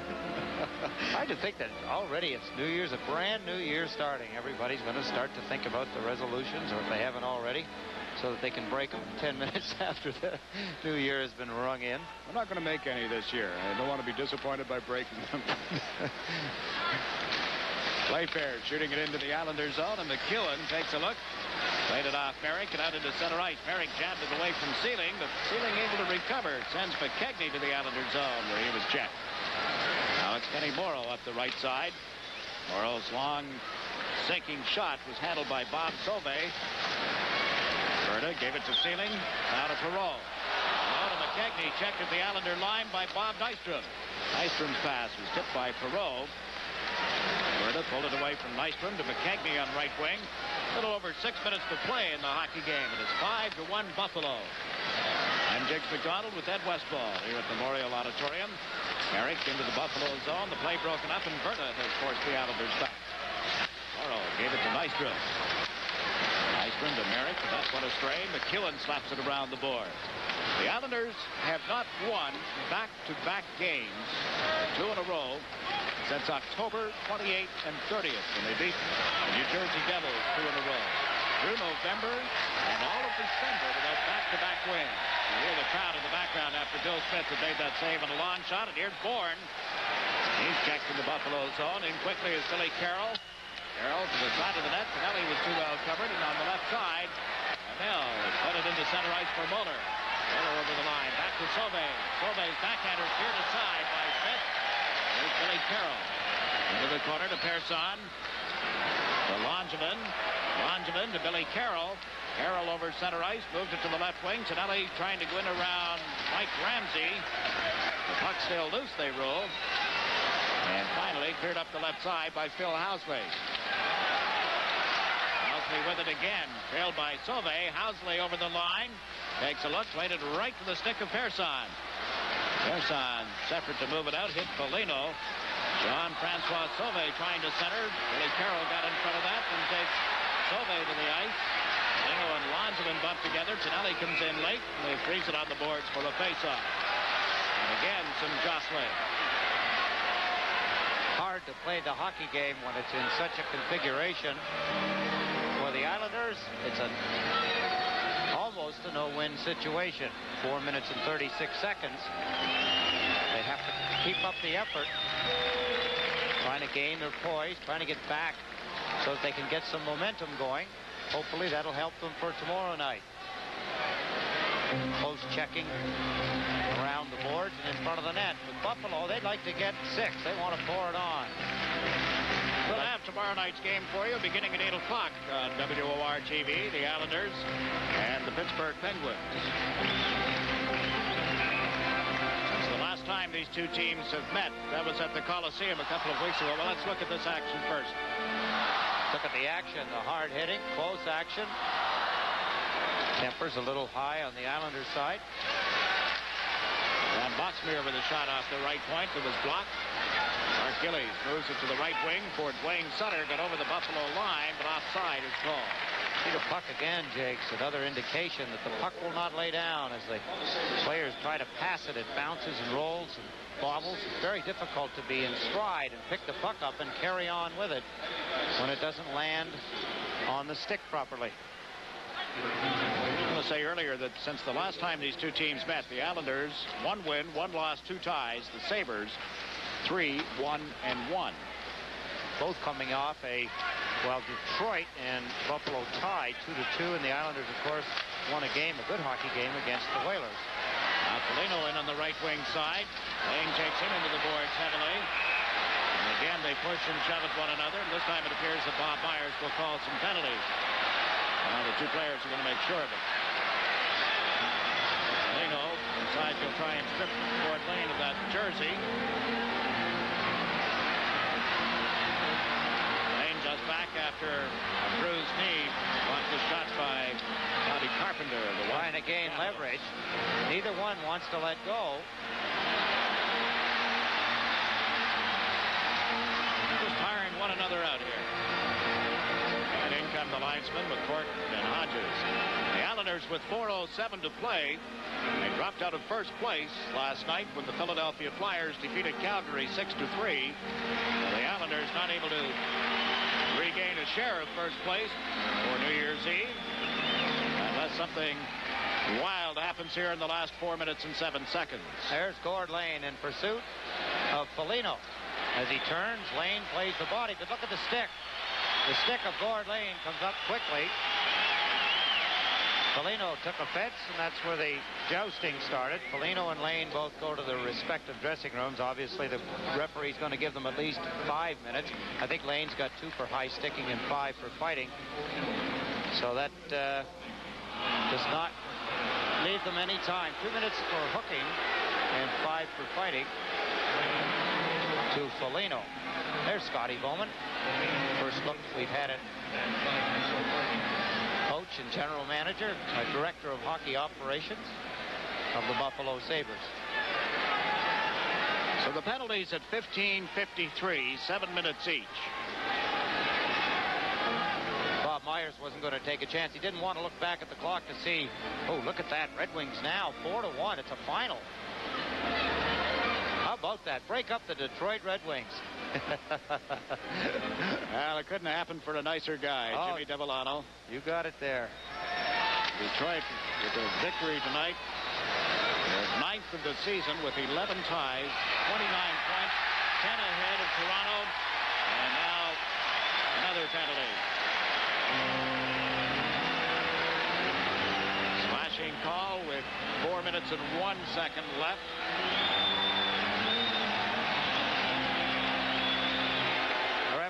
Bob Myers not going to fool around. As he assesses a slashing penalty to Billy Smith. Let's take a look. Right there. It's the intent more than the contact in this case. As Bob Myers Smith was not about to try and hide it either, right here. Oh. And for that, he got 2 minutes, a slashing penalty to Billy Smith. 15:59 is the time. Bill Smith has not won a game during the month of December. Have to go back to St. Louis, isn't it, Jakes? That's right. Game in St. Louis. Shot tipped from the drive at the blue line and wide of the net. McKegney and McEwen tied up in the corner. Now comes back to Van Boxmeer to Mike Ramsey. Ramsey in front of the net, and it went off the stick and ceiling. Smith got his right pad on it, and Goring was able to clear it to Carroll, but not out. Mike Ramsey trying to come in on the left wing side. Carroll bumping in. Ramsey still in control of the puck. Mike Ramsey gave it to Sealing. Sealing pass, hit Goring, went right to Mike Ramsey, and then hit Carroll. And loose for McEwen. And the Islanders able to force the Sabres back. Bill Smith, 3 wins, 6 losses, 2 ties in his last 11 starts. But in his last 5 decisions, 0-4-1, and has won only 1 time in his last 10 appearances. That is not what you expect from an Islander team with Bill Smith in goal. You can't lay all the blame, I realize, on the goaltender, but things just haven't gone well for number 31 and his teammates. Now 2:55 left in the game, and the Islanders have shot it into the Buffalo end of the ice. Mike Ramsey goes back. Tonelli into forecheck. Ramsey fell behind the net. Tonelli went down as well. The puck came loose, and Bob Sauvé moved it to the left wing. Abel to Housley. Skirts the check of Tonelli. Housley over the Islander line. Wrap around pass to Muller in deep. Centered it. It came off a leg and controlled by Tonelli. Tonelli to the far corner. There's Langevin. To Bourne. Off Bourne and out into center ice. 20 seconds remaining in Smith's slashing penalty. Housley comes over the line on this power play and was checked by Stefan Persson. Bill Height from the Buffalo line to the right side to Muller. He, Amel, and Sauvé moving in on the power play. It's shot around the boards. Sauvé ran into Persson. Billy Carroll lofts it into the center ice area. Less than 2 minutes to play. Bill Height turns at the Buffalo line into center ice. And his pass hit his teammate Sauvé. Here's Greg Gilbert with it for the Islanders. Teams back at 6 aside again. A loose puck. Sauvé puts the catching glove on it. Swept it off to the left side. Savard is bumped on the boards, and the puck went loose. Housley around to the right wing corner for Mike Muller. Muller lost it to McEwen. Moved in. Gave it to Nystrom. Nystrom ripped it wide on the glove side. Eric forechecking, able to take it away from Muller. Gave it to Greg Gilbert. Gilbert had a bouncing puck to contend with and couldn't get it to the stick. Eric and Nystrom pour into the corner. They'll freeze it for a face-off to the left of Sauvé. The Sabres and the Islanders at the Nassau Coliseum on Tuesday, the 4th of January. And then the Quebec Nordiques come in on the following Saturday night. That'll be January 8th. Nordiques suffered a tough loss last night. Not so much the loss in the game, but the loss of defenseman Mario Nerva. Fractured both bones in his right leg. Lost for the season. Some of the action behind the net of Bob Sauvé, Gilbert, along with Housley. Back to the faceoff. Merrick on the draw, managed to get it to Gilbert, but his shot went wide, and here's Playfair. Larry Playfair off the boards and down into the Islanders' zone. Bill Smith cleared it aside for Langevin as time runs down here. Gilbert to Wayne Merrick. Merrick runs into Playfair, managed to get the puck to Nystrom, comes over the line on left wing, less than a minute to play. Nystrom knocked down, and then Gilbert stepped into McCourt. Playfair around the boards and out into center ice. Langevin chases it. We're with you again tomorrow night from the Civic Arena in Pittsburgh here on WOR, the Islanders and the Penguins. Broadcast time will be 8 o'clock tomorrow night from the Civic Arena, the Islanders and the Penguins. And then on Thursday, January 20th, the Islanders and the Montreal Canadiens from the Forum in Montreal at 8 o'clock. The following Thursday, January 27th, from the Forum in Los Angeles, the Islanders and the Kings in the only trip to L.A. this season. That'll be a 10:30 start Eastern Time. And on the following Saturday, the 29th, the Islanders and the Vancouver Canucks, 10:30 Eastern Time from Vancouver. We have 30 seconds remaining. The Buffalo Sabres lead the New York Islanders 5-1. And Buffalo, the victory here tonight, will move ahead of the Quebec Nordiques. 41 points for Buffalo, 40 for Quebec, and it's Montreal with 48 and Boston with 50. And the Bruins are leading the North Stars in the second period. Boston could go 4 ahead of the Canadiens. Fans count down the clock, and there's the horn. The Islanders got the first goal of the game, but then surrendered 5 in a row, and the Buffalo Sabres have defeated the defending Stanley Cup champions for the second time this season. Final scores, the Sabres 5, the Islanders 1. We'll have a recap and our Budweiser Star of the Game selection. But first, we pause for these messages.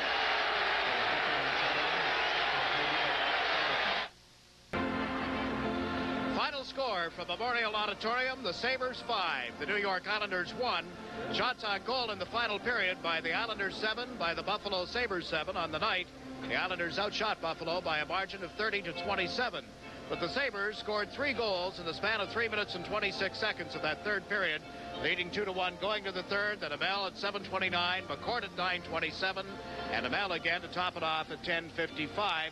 While the Islanders seemed to have the game going their way and playing fairly well through 2 periods, Buffalo took it away from them in the third period. They did, Jags. I thought the Islanders would do a different kind of game or do a different job than they did in the third period. For many years, we've watched the Islanders be the dominant force in the third period, and I kind of thought that they would come out and take advantage of the fact that they were really still within the game, very much so, and they didn't. They came out, didn't play the kind of sparkling game that you kind of look for, or not so much sparkling, but just a good down-to-earth, hard, rugged third period, wear the other team out, but they just weren't able to do it. And a couple of mistakes, and they got a couple of goals very quickly. Hamel's first goal, the first goal of the third period, and then McCourt's, and it was rather scrambly then in the Islanders' end of the ice, and although the Islanders did get 30 shots, the quantity didn't really represent the quality of the shots at all. No, there were a couple of chances in the second period. I go back to the chance that Clark Gillies had. Could have tied up the hockey game. Who knows what would have happened from there. But that was a key situation that went amiss. Well, that was a key situation. There are certain times in a hockey game when goals are very important, and that was one of them. That would have really got things going for the Islanders, and unfortunately it didn't go in, so it didn't materialize.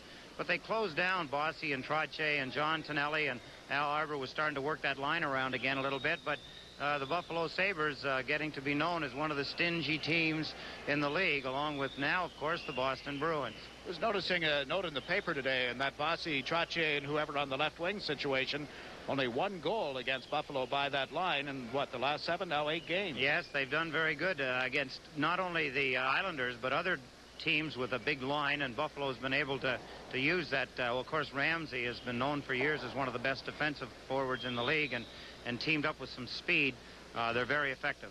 Now let's choose the Budweiser Star of the Game, if you will. Yes, Thomas Johnson, I thought he played an outstanding game, particularly through the first 2 periods, Jigs. He was on the ice an awful lot. He was out there killing penalties. He was out in the power play and playing a regular shift, and he was very effective.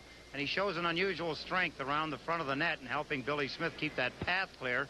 And he did an effective job. So, Thomas Johnson, this Bud's for you. You're the Budweiser Star of the Game tonight. And we have another gift for Thomas Johnson, tonight's Budweiser Star of the Game. He'll receive a gift from John Henry Shirts, the favorite of active, fashion-minded men.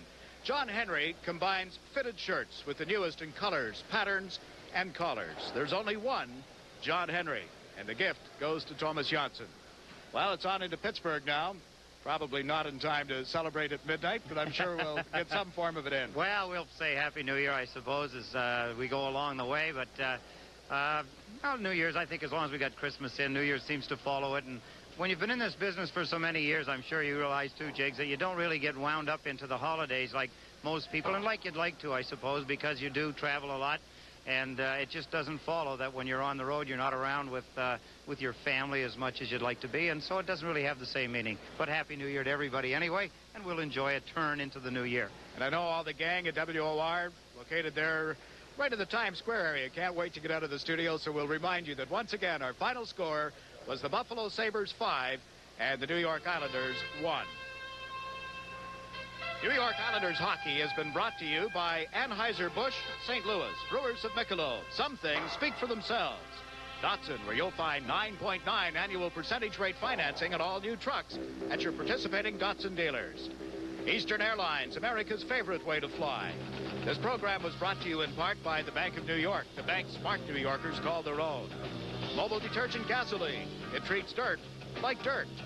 Canon, makers of quality cameras and photographic equipment. So advanced, Canon is the world's leader in 35mm photography. This game was brought to you in part by Dodge, America's largest line of front-wheel drive cars. Makers of the Dodge 600, America's driving machines. Tonight's game was produced by Bill Webb. Commercial coordinator was Dave D'Elia. Tonight's game was brought to you through the facilities coordination of Vanda Communications. And this has been a presentation of WWOR TV Sports.